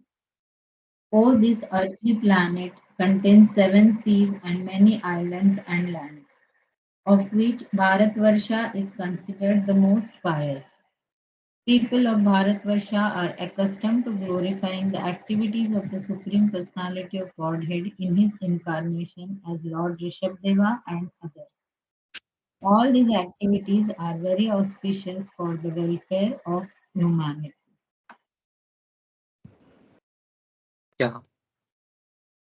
Sages sing verses about Lord Rishabdeva, describing his wonderful qualities as follows. Among the lands in the islands of the 7 seas, on this earth or on this Bhumandala, Bharatavarsha is the most pious because its inhabitants sing about the auspicious activities of Lord's various incarnations. Of the 14 planetary systems, Bhuloka is the great. Bhuloka is the most pious place.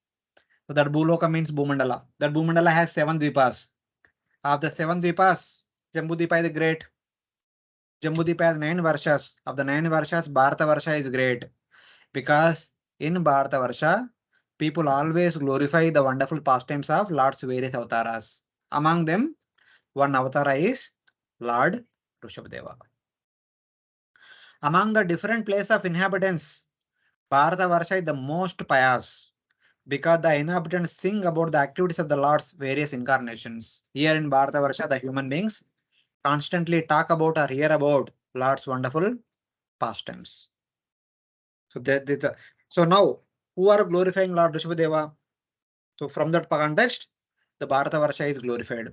And Bharatavarsha got its name because of Lord Rishabhadeva's son, Bharat Maharaj only. So in that way also. So what do they glorify? What do the people of Bharatavarsha glorify the Lord?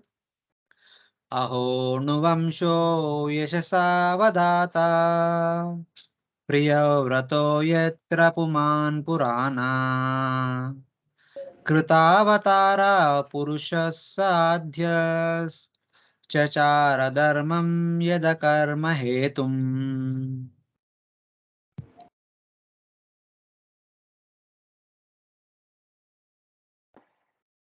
Oh, what shall I say of the dynasty of Priyavrata, which is pure and very much celebrated? In that dynasty, the Supreme Person, the original personality of Godhead, descended as an incarnation and executed religious principles that could free one from the results of fruitive activity. The dynasty of Priyavrata is shining with fame. In the dynasty, the eternal Supreme Lord has appeared. The most excellent Lord enacted dharma by which one can destroy all karma.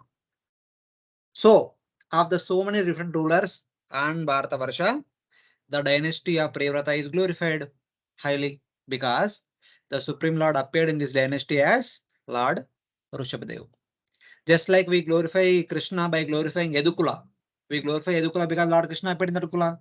And we glorify Surya Vamsha or Raghukula because Lord Rama appeared, Lord appeared as Lord Rama in that Vamsha. So that is the reason. Among the dynasties, Priyavrata dynasty is fortunate because the Lord appeared in this dynasty as Rishabha. By Lord's appearance, the dynasty becomes glorious and everyone keeps glorifying the dynasties generation after generation, era, yuga after yuga. Even today also we are glorifying that Priyavrata dynasty because Lord appeared in the dynasty as Rishabha. So like that. Then, okay, place is also glorified. Bharatavarsha is so great and Priyavrata dynasty is so great because of Rishabhadev. So now, what is the great about Rishabhadev? Konvasya kashtam aparonu मनोरथेनापि यभवस्य योगी यो योगमाया स्पृहयत्युदस्ता यस्तमायेन कृत प्रयत्ना. Who is that mystic yogi who can follow the examples of Lord Rishabdev even with his mind? Lord Rishabdev rejected all kinds of yogic perfection which other yogis hanker to attain. Who is that yogi who can compare to Lord Rishabdev?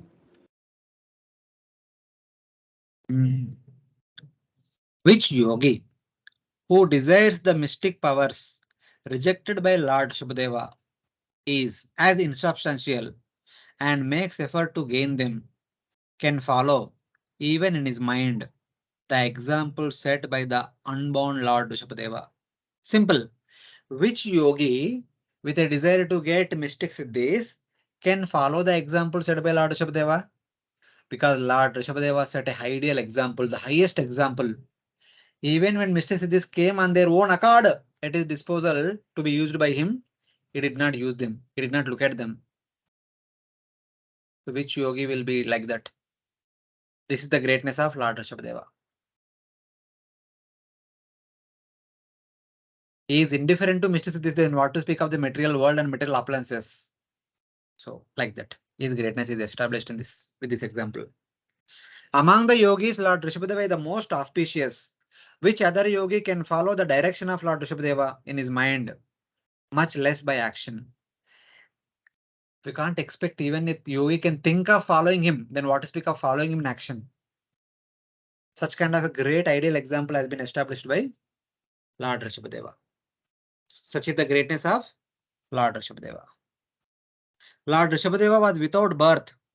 The yogi desires is this, which were rejected as inauspicious by Lord Rsabhadeva, but some yogis make endeavors to attain those this also.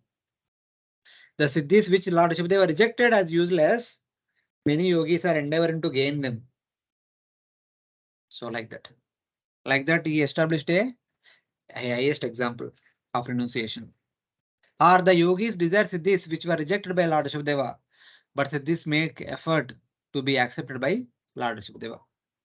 The siddhis came and with folded hand requested Lord Rsabhadeva to be use them. But Lord did not look at them. But the people of this world are hankering to get them. So like that. Like that, Lord Rshabdeva set a highest example. So this is the glory of Lord Rshabdeva. Highest example of renunciation. So next verse. Shukadeva Goswami continued, Lord Rishabdeva is the master of all Vedic knowledge, human beings, demigods, cows, and brahmanas.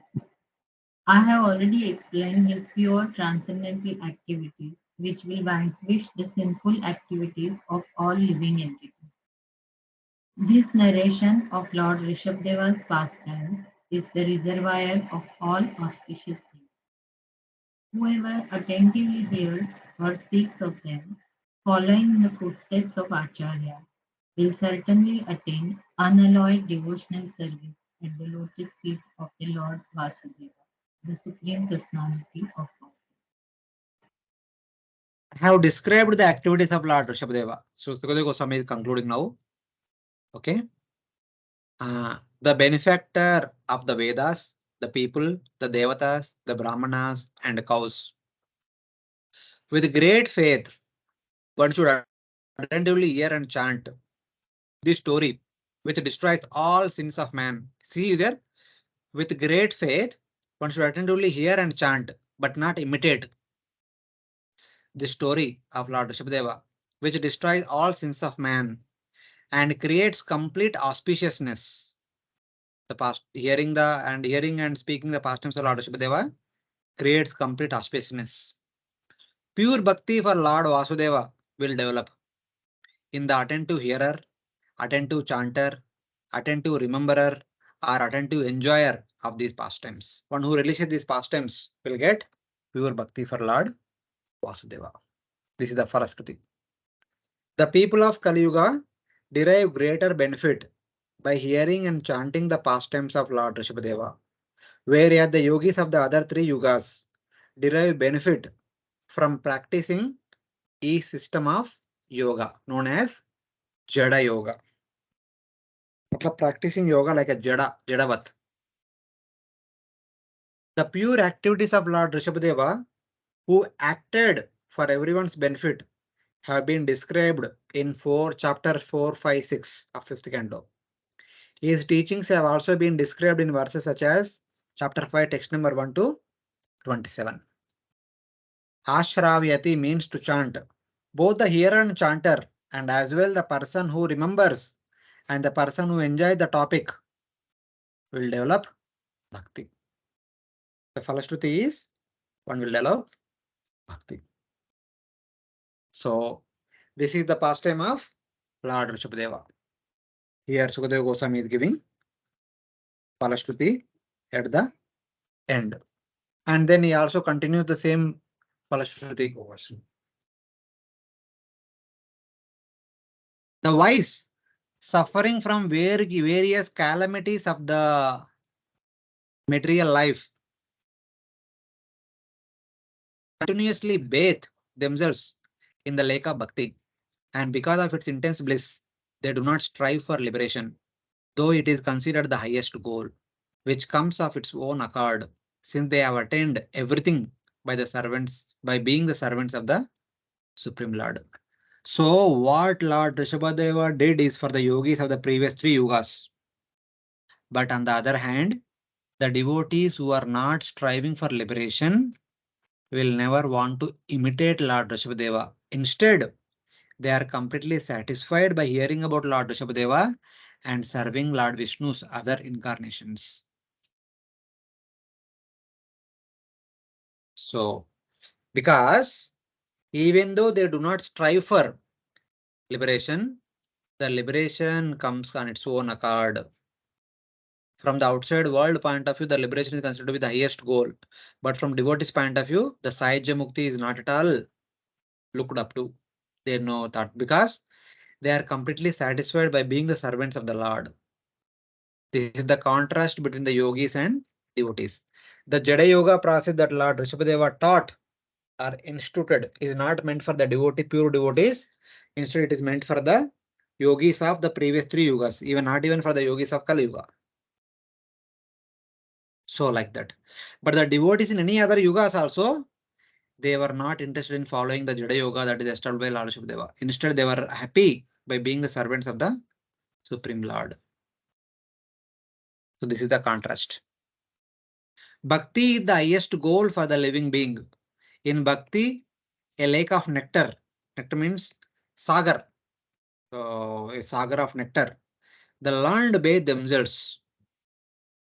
They do not aspire for liberation, which comes on its own, though not requested, and though offered by the Lord. Sometimes the liberation comes on its own, just like Mr. Siddhis came to Lord Rsabhadeva, liberation also comes. And sometimes Lord also gives mukti, but the devotees do not want mukti. They do not take mukti at the highest goal. They have no interest in liberation, means Sahajya Mukti, because everything is already attained by being the servants of the Lord, not by becoming one with the Lord. So what they want is not to enter into Brahman or Sayuja, but they want to serve the Lord either in the material world or in the spiritual world. So like that. So this is a verse which shows the contrast between the mentality of the yogis and that of devotees. It's like that. Hare Krishna, able to follow? Yes, Prabhuji, thank you. Yes, Prabhuji. So now, one such devotee who is known as Parikshit Maharaj, he will have a question. So, anticipating his question, Sri Sukadeva Goswami gives the answer to Parikshit Maharaj. There is no question asked, but he was anticipating that question from Parikshit Maharaj and then give the answer before he asks. So, Parikshit Maharaj is saying that the dynasty of Privrata in which Lord appeared as Rishabha is most auspicious. Uttanapada dynasty is also auspicious because the Lord appeared as Prutu. The dynasty of Raghu is also auspicious because Lord appeared as Rama. And among the contemporary dynasties, Yadu dynasty is also appear. Yadu dynasty is also pure auspicious because Lord Krishna appeared in it. I am being born in Puru dynasty. It is not as auspicious as Priyavrata dynasty, Uttanapada dynasty, Raghu dynasty, or Yadu. Why? The Supreme Lord did not appear in Puru dynasty. So my dynasty is not so auspicious. But our dynasty of Puru is unfortunate because the Lord did not appear in it. In this way, King Parikshit lamented internally. He did not express it, but he was lamenting inside. Understanding his mind because Sukadeva Goswami was omniscient. Sukadeva Goswami then gave him bliss by showing the superiority of bhakti over liberation. By glorifying the bhakti of the Pandavas, Sukadeva Goswami gave solace to Parikshit Maharaj. So the next verse will tell. Even the same thing happened in the 7th canto. After hearing the wonderful pastimes of Prahlad Maharaj, Yudhishthira Maharaj, who was hearing from Narada Muni this entire pastime just after Rashu sacrifice, also goes through the same kind of dejection. He did not say, but see, the Lord appeared from a pillar for protecting Prahlad Maharaj. I am not such a great devotee that Lord will appear from pillar for me. Then there Narada Muni said that, my dear king, what you are thinking about all these things? For Prahlad, Lord only appeared from pillar for some time only. But for you, Lord is walking and living in your home time and again. Since Lord Krishna spends more time in your home than Dwaraka, he was spending with you in either in Indraprastha or in Hastinapur. All the great sages are constantly visiting your home. They never visited Dwaraka because Lord never stayed there in Dwaraka. See your great fortune. For Prahlad Maharaj, Lord was protecting him invisibly. And even though when he became visible, he was there only for 1-2 muhurtas. But for you, the Lord gave up his home. Lord gave up his family members. Lord gave up his associates. And is spending years after years with you. And since Lord is in Hastinapur and in Indraprastha, all the great sages are lined up in queue to have darshan of the Lord in your palace. There Narada Muni says that here our Sukadeva Goswami says, in order to console Parikshit Maharaj, he says that Rajan Patir Gururalam Bhavatam Yadunam Daivam Priya Kulapati Kvacha Kinkarova Astveva Manga Bhagavan Bhajatam Mukundo Muktim Dadati Kareche Smana Bhakti Yogam. Shukadev Goswami continued, my dear king, the supreme person Mukunda is actually the maintainer of all the members of the Pandava and the Yadu dynasties. He is your spiritual master, worshipable deity, friend, and the director of your activities. To say nothing of this, he sometimes serves your family as a messenger or servant. This means he worked just as ordinary servants do. Those engaged in getting the Lord's favor attain liberation from the Lord very easily, but he does not very easily give up the opportunity to render direct service unto him. O King Parikshit, Lord Krishna was the protector, Pati, and instructor, Guru. He spoke Bhagavad Gita to Arjuna. He gave counseling many times to Yudhishthira Maharaj, and he protected all the Pandavas from all the difficulties. He is the object of their worship. He is giver of affection. He is their Daiva. He is their Priya, and the protector, Kulapati, of both the Yadavas and Pandavas. All these attributes applicable to both Pandavas and Yadavas, and especially for the Pandavas. But he was sometimes your servant. Vacha Kinkarova. Lord Krishna never became the servant of the Yadavas because all the Yadavas were respecting and worshipping Lord Krishna. But in the case of Pandavas, he became their servant. Like he became their messenger. He went to Hastinapur as a Shantidut. He watched the sages who were visiting Pandava's home during Raj sacrifice as an ordinary person. And then he became chariot driver of Arjuna. So like that. He became their servant, but he never became servant of Yadavas. The Lord gives liberation to those devotees who want it, but not even Bhava Bhakti. Then what to speak of Prema Bhakti to those who worship him? When some devotees worship the Lord, Lord is eagerly giving, ready to give Sayuja, Mukti, liberation. Yeah, take it, take it, take it. But not Bhava Bhakti or Prema Bhakti. Because if Lord has to give Bhava Bhakti or Prema Bhakti, he has to come under the control of those devotees. That is not possible for Lord does not give it to people in general. Even though they are devotees. But Lord gave that Bhava Bhakti and Prema Bhakti to the devotees like the Pandavas. And to you, who are the descendant of Pandavas, my dear Parikshit, which is not given to others, is given to you. Your family people are exclusively special. So don't worry for, don't think that Lord did not appear in our dynasty. By appearing once dynasty is glorified. What is that they get? But you got Lord's association directly for many, many, many long years. Like that. O King, Lord Krishna, the protector of the Pandavas and the Yadavas. He is your instructor and the object of worship. He has shown affection and is the leader of the clan.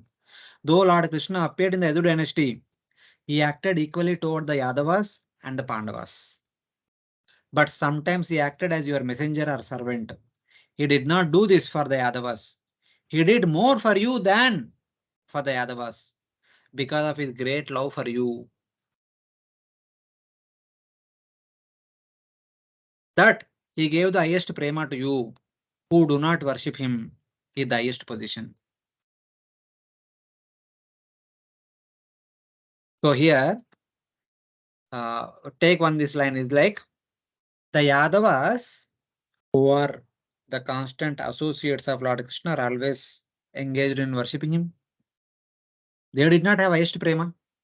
But you, Parishit Maharaj, you are staying at a far distance. You are not worshipping him directly in person. You are not serving him in person. Here, worship means direct service, personal service. Though you are staying at a far distance, you are not serving him personally, but you got the highest prema. On the other hand, the Yadavas are directly serving him, but they not got highest prema. So like that. In order to glorify Parishit Maharaj, Sukadeva Goswami saying like this. He does not even give Bhava Bhakti to those who worship him. He gives the inferior liberation, but never Bhava Bhakti or Prema Bhakti. For devotees in general, he will avoid Bhava Bhakti easily. Not Bhava Bhakti. He will avoid liberation easily, but not Bhava Bhakti or Prema Bhakti. But he gave that to you, though you are not serving Lord Krishna personally directly. But he does not give liberation to those practicing pure bhakti who do not desire liberation. But on the other hand, for normal devotees, he awards liberation. If they whether they want or they don't want. But for pure devotees, Lord does not award liberation because they do not want that. Pure devotees only want to serve the Lord. To those persons, he gives only Prema Bhakti. You are one such a great person. You have been awarded with Prema Bhakti only, not Lipsajya Bhakti. So that's how Sukadeva Goswami consoled Parikshit Maharaj. Don't worry that Lord did not appear in your dynasty. Instead, Lord gave you Prema Bhakti and Lord gave his wonderful association to your predecessors, Pandavas. What else you want? What more than that you want? So, Hare Krishna, Prabhuji. Prabhuji. Prabhuji, I was just curious. Parikshit Maharaj saw Lord Krishna while he was alive, no? Or was he did not have association? No, he saw Lord Krishna for the last 25 years. No, for last 35 years. After Parikshit Maharaj was born, Pandavas ruled for 35 years. Although 35 years he was seeing Lord Krishna. So he must have worshipped the Lord. He must have served the Lord personally. But not continuously, no, not every day. Okay. See, Prabhuji, don't take literally here. Here it is happening on the emotional level. It is like that.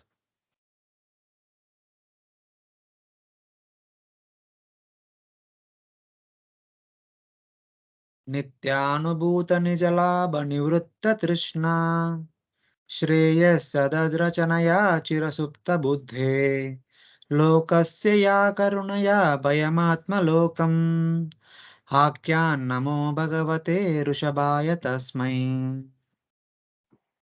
The Supreme Personality of Godhead, Lord Rishabdeva, was fully aware of his true identity. Therefore, he was self sufficient and he did not desire external gratification. There was no need for him to aspire for success, since he was complete in himself. Those who unnecessarily engage in bodily conception and create an atmosphere of materialism are always ignorant of their real self interest. Out of his causeless mercy, Lord Rishabdeva taught the self's real identity and the goal of life. We therefore offer our respectful obeisances unto the Lord who appeared as Lord Rishabdeva.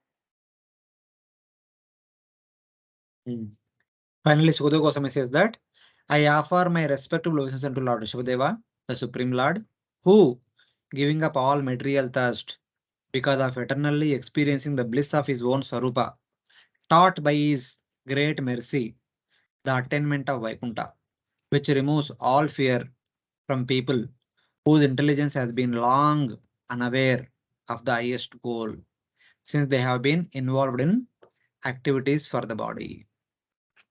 For the yogis of the three yugas who are interested in mystic potencies, Lord taught that life is not meant for getting mystic potencies, instead meant for attaining Vaikuntha. That is by Jada Yoga. For the devotees, even after Kaliyuga, Lord gave wonderful instructions and he set a wonderful example of a Gurukula student, householder, king, leader, following which one can attain Vaikuntha. Unto that Lord I offer my respectable obeisances. Concluding the story, Srila Sukadeva Goswami offers respects unto Lord Rsabhadeva. Devoid of material thirst because of realizing constantly the bliss of his Swarupa, Lord Rsabhadeva instructed through Bhakti Yoga the attainment of Vaikuntha for devotees, which removes all fear of people whose intelligence was long aware of this highest goal because of involvement in activities for the body. Because of his compassion, he did all these things. I offer respects unto him. So Lord Rishabhadeva's life story as a brahmachari in the Gurukul, as a grasta in the household order, as the king, as the leader, giving instructions to his children and citizens. All these things should inspire devotees, and following the instructions, we can attain Vaikuntha. This is the glorious conduct and pastimes of Lord Rishabhadeva. This is how Lord Rishabhadeva set an ideal example for devotees and instruct on how to practice bhakti and how to lead one's life in order to come back to Godhead, Vaikuntha. So that is all from chapter 6. Any questions?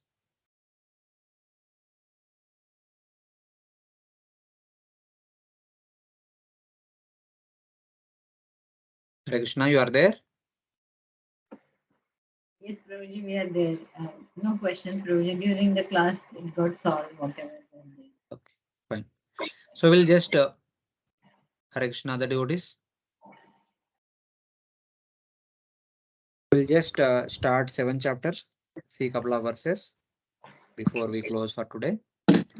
So now, after Rishabhdeva, The next king of this province will be Bharat Maharaj, and Bharat Maharaj's life will be narrated for a long time. Rsabhadeva's pastimes were told in 3 chapters. Bharat Maharaj's pastimes will be told in 6 chapters. 6, 7 to 10, 7 to 13. So 4 plus 3, 7.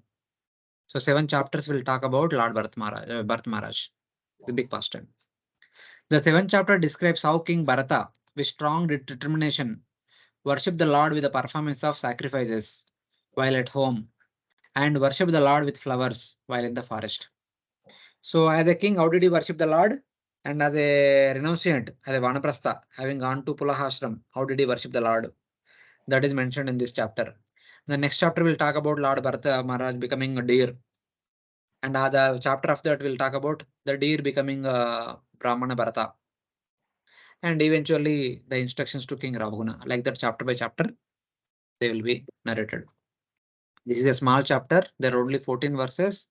So first 7 verses talks about Bharata Maharaj rule and sacrifice, and the remaining 7 verses talks about Bharata Maharaj retirement and austerities at Pulahashram. So like that.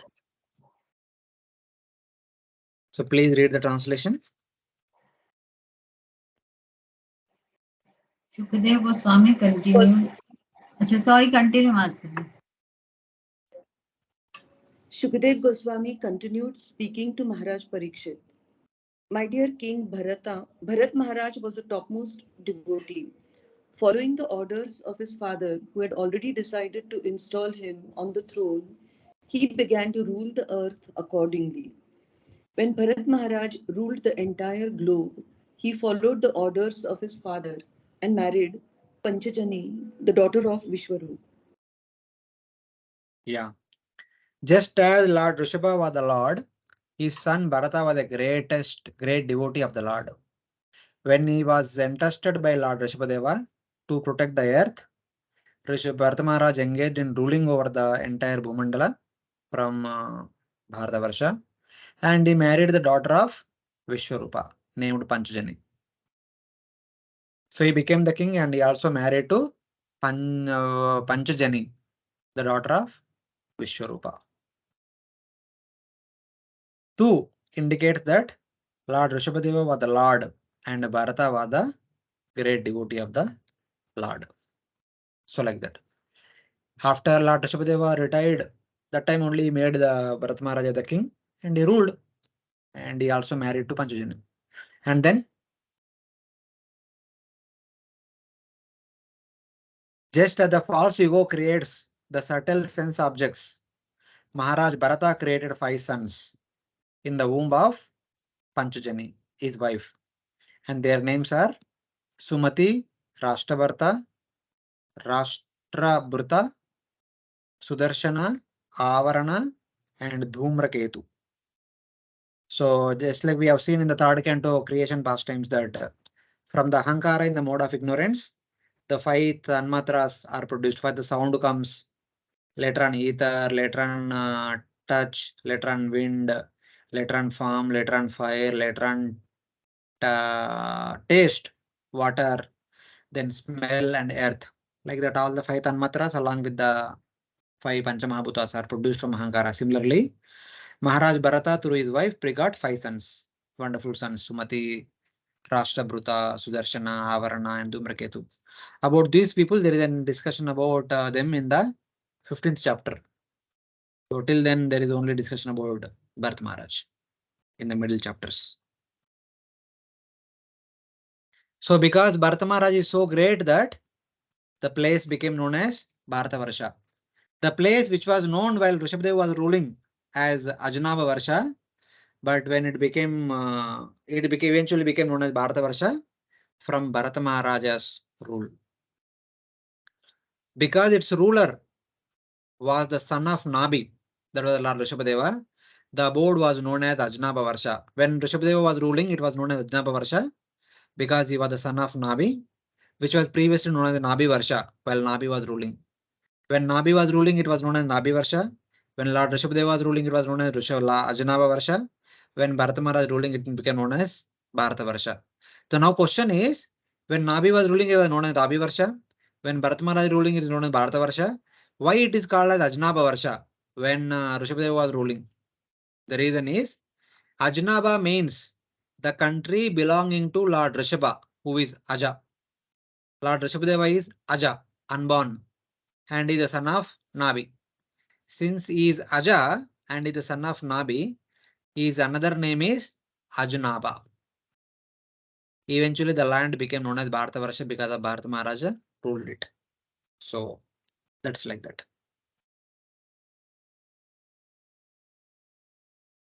So 3 generations, the land changed its name. After Bharata Maharaj, it remained as it is. It did not change afterwards. Bharata Maharaj, eldest son Sumati, he would have become the next king, but it did not become Sumati Varsha. Because Bharata Maharaj set an ideal example and it remained as it is. So in that way. Maharaj Bharata, a learned king, like his father and grandfather. His father was Rishabhadeva, his grandfather was Nabi. Both of them were great personalities, engaged in his own duties and engaged the citizens in their duties with great affection. So through the performance of yajnas, so King Nabi also was performing constantly yajnas. Lord Rsabhadeva also performed 100 Ashwamedha yajnas. Through the medium of these yajnas, they engaged the people of the country constantly in the regular fire sacrifices so that they are connected to the spiritual activities. So like that. He was also constantly performing yajna after yajna for the welfare and for the spiritual and upliftment of people. So in one sense, we can see that these people are constantly performing yajna after yajna. That means that time it was like Treta Yuga. The Treta Yuga, the Bhakti is supposed to be performed by the process of yajna. So all these personalities are constantly performing yajna after yajna. Because the Treta Yuga, that was the bona fide process. So they were doing it. So no issue.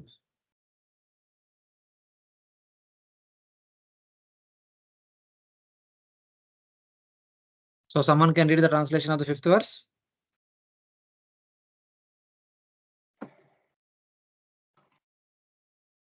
With great With faith, great, continue, Mataji, continue. with great faith, King Bharata performed various kinds of sacrifice. He performed the sacrifices known as Agnihotra, Darsha, Purnamasa, Chaturmasa, Pushyayagna, wherein a horse is sacrificed, Pashu Yajna, and Soma Yajna, wherein the kind of beverage is offered. Sometimes these sacrifices were performed completely and sometimes partially. In any case, in all the sacrifices, the regulations of Chaturhotra were strictly followed. And in this way, Bharat Maharaj worshipped the Supreme Personality of God. Yeah. Now the process of executing the fire sacrifice is indicated here. This verse and the next 2 verses will talk about how he executed the fire sacrifices with ideal example. Here it says that Bharata constantly worshipped the Lord, who is the form of sacrifice. Yagnesha, Yagnapurusha, Yagnabuk, Ahami Sarvajnanam Bhuktacha Prabhudevacha, Lord Krishna says in the Bhagavad Gita. So he is called Yagnapurusha. So he should be worshipped by the performance of Yagna. And Bharata, following the example of his predecessors, is doing the same thing. So he is worshipping the Lord in the form of sacrifice, sometimes offering animals, sometimes without offering animals, with and without offering animals.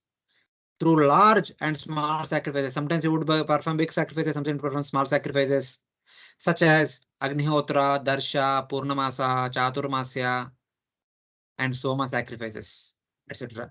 Like animal sacrifices such as Ashwamedha, Gomedha, Yajnas, etc. All such which are prescribed in the Vedic literatures, all such wonderful sacrifices he was performing, sometimes big way, sometimes small way, sometimes complete or partial, according to the rules involving 4 priests, Hota, Udgata, Advaryu, Brahma, which are accepted with faith by the karmis. In the normal Karma Yoga rituals, the performance of the sacrifices is their main sadhana. And though Bharatamaharaj is a great devotee, but still he executed all those rituals as a matter of duty. Not only as a matter of duty, because that was the form of bhakti need to be performed during the Treta Yuga. What is that?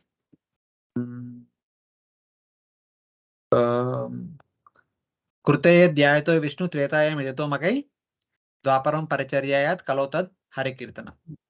So in Kruta Yuga, Dhyan, in Treta Yuga, Yajna, in Dwapara Yuga, Paricharya, in Kaliyuga, Kirtan. So like that. So he was performing sacrifices which include animal sacrifice sometimes also. So he was doing that time. Okay, that was allowed. That was benefiting both performer and the animal also. There was no issue. He worshipped the Lord, who is the form of sacrifice, without and with animal offerings, through large and small animal sacrifices. Sometimes opulently, sometimes minimal size. These were accepted by the performance of karma at their own. But in from the today's sanction, the karma yogis generally promote performance of yajna with animal, without animals, etc. But that time he performed. He performed these sacrifices with all the elements and with few elements. By these two types, he performed sacrifice. Sometimes he performed elaborately, sometimes he performed in a small scale. It's like that. So this is how he would engage in different types of sacrifices, as mentioned in this verse. So the Prabhupada taking this as a clue, he talks about these animal sacrifices are forbidden in the Kaliyuga. Because the scriptures says that Chaitanya Mahaprabhu quotes in Chaitanya Charitamrita Adilila chapter 17, text number 164. It is from Padmapurana, I suppose. Ashwamedam Gavalambam Sanyasam Palapaitrukam. Devarena Sutotpatti Kalau Pancha Vivarjayat. In Kaliyuga, 5 things are forbidden. One is the performance of Ashwamedha sacrifice. Second one is performance of Gomedha sacrifice. Gavalamba means Gomedha sacrifice. Offering a horse and offering a cow. Sannyasam, accepting karma sannyasa is forbidden in Kaliyuga. And Falapaitrukam, and offering the oblations of flesh for the forefathers. In Shraddha rites, offering flesh is also forbidden. Falapaitrukam means offering flesh in the Shraddha rites. And Devarena Sututpatti, begetting children through the brother of husband.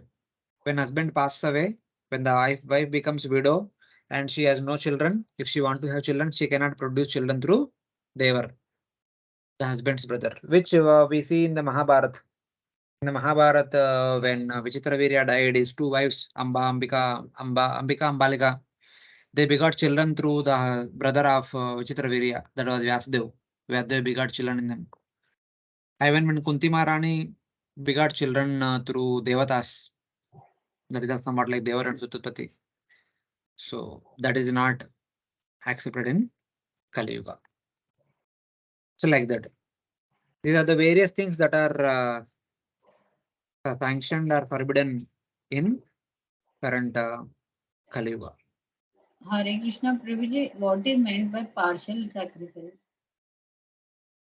Partial means, okay, some sacrifices need not to be performed fully. Because of the need of the hour, they can only some part of it is to be done, some part is not required. Because the other part may involve so many complexities. That could be the reason. Okay. And Bharat Maharaj was in the Satyuga, no? Or in the Treta Yuga? No, because seeing the activities, we can assume that he might be from Treta Yuga only. Why Satyuga? No, I thought because Rishabdeva was in Satyuga, so immediately after him. No. Rsabhadeva also performed so many sacrifices. They were all looks like Treta Yuga only. Satyuga means they could have done tapasya like Dhruva Maharaj and all. Satyuga people. Okay. They were all from Treta Yuga. Most probably they were from Treta Yuga.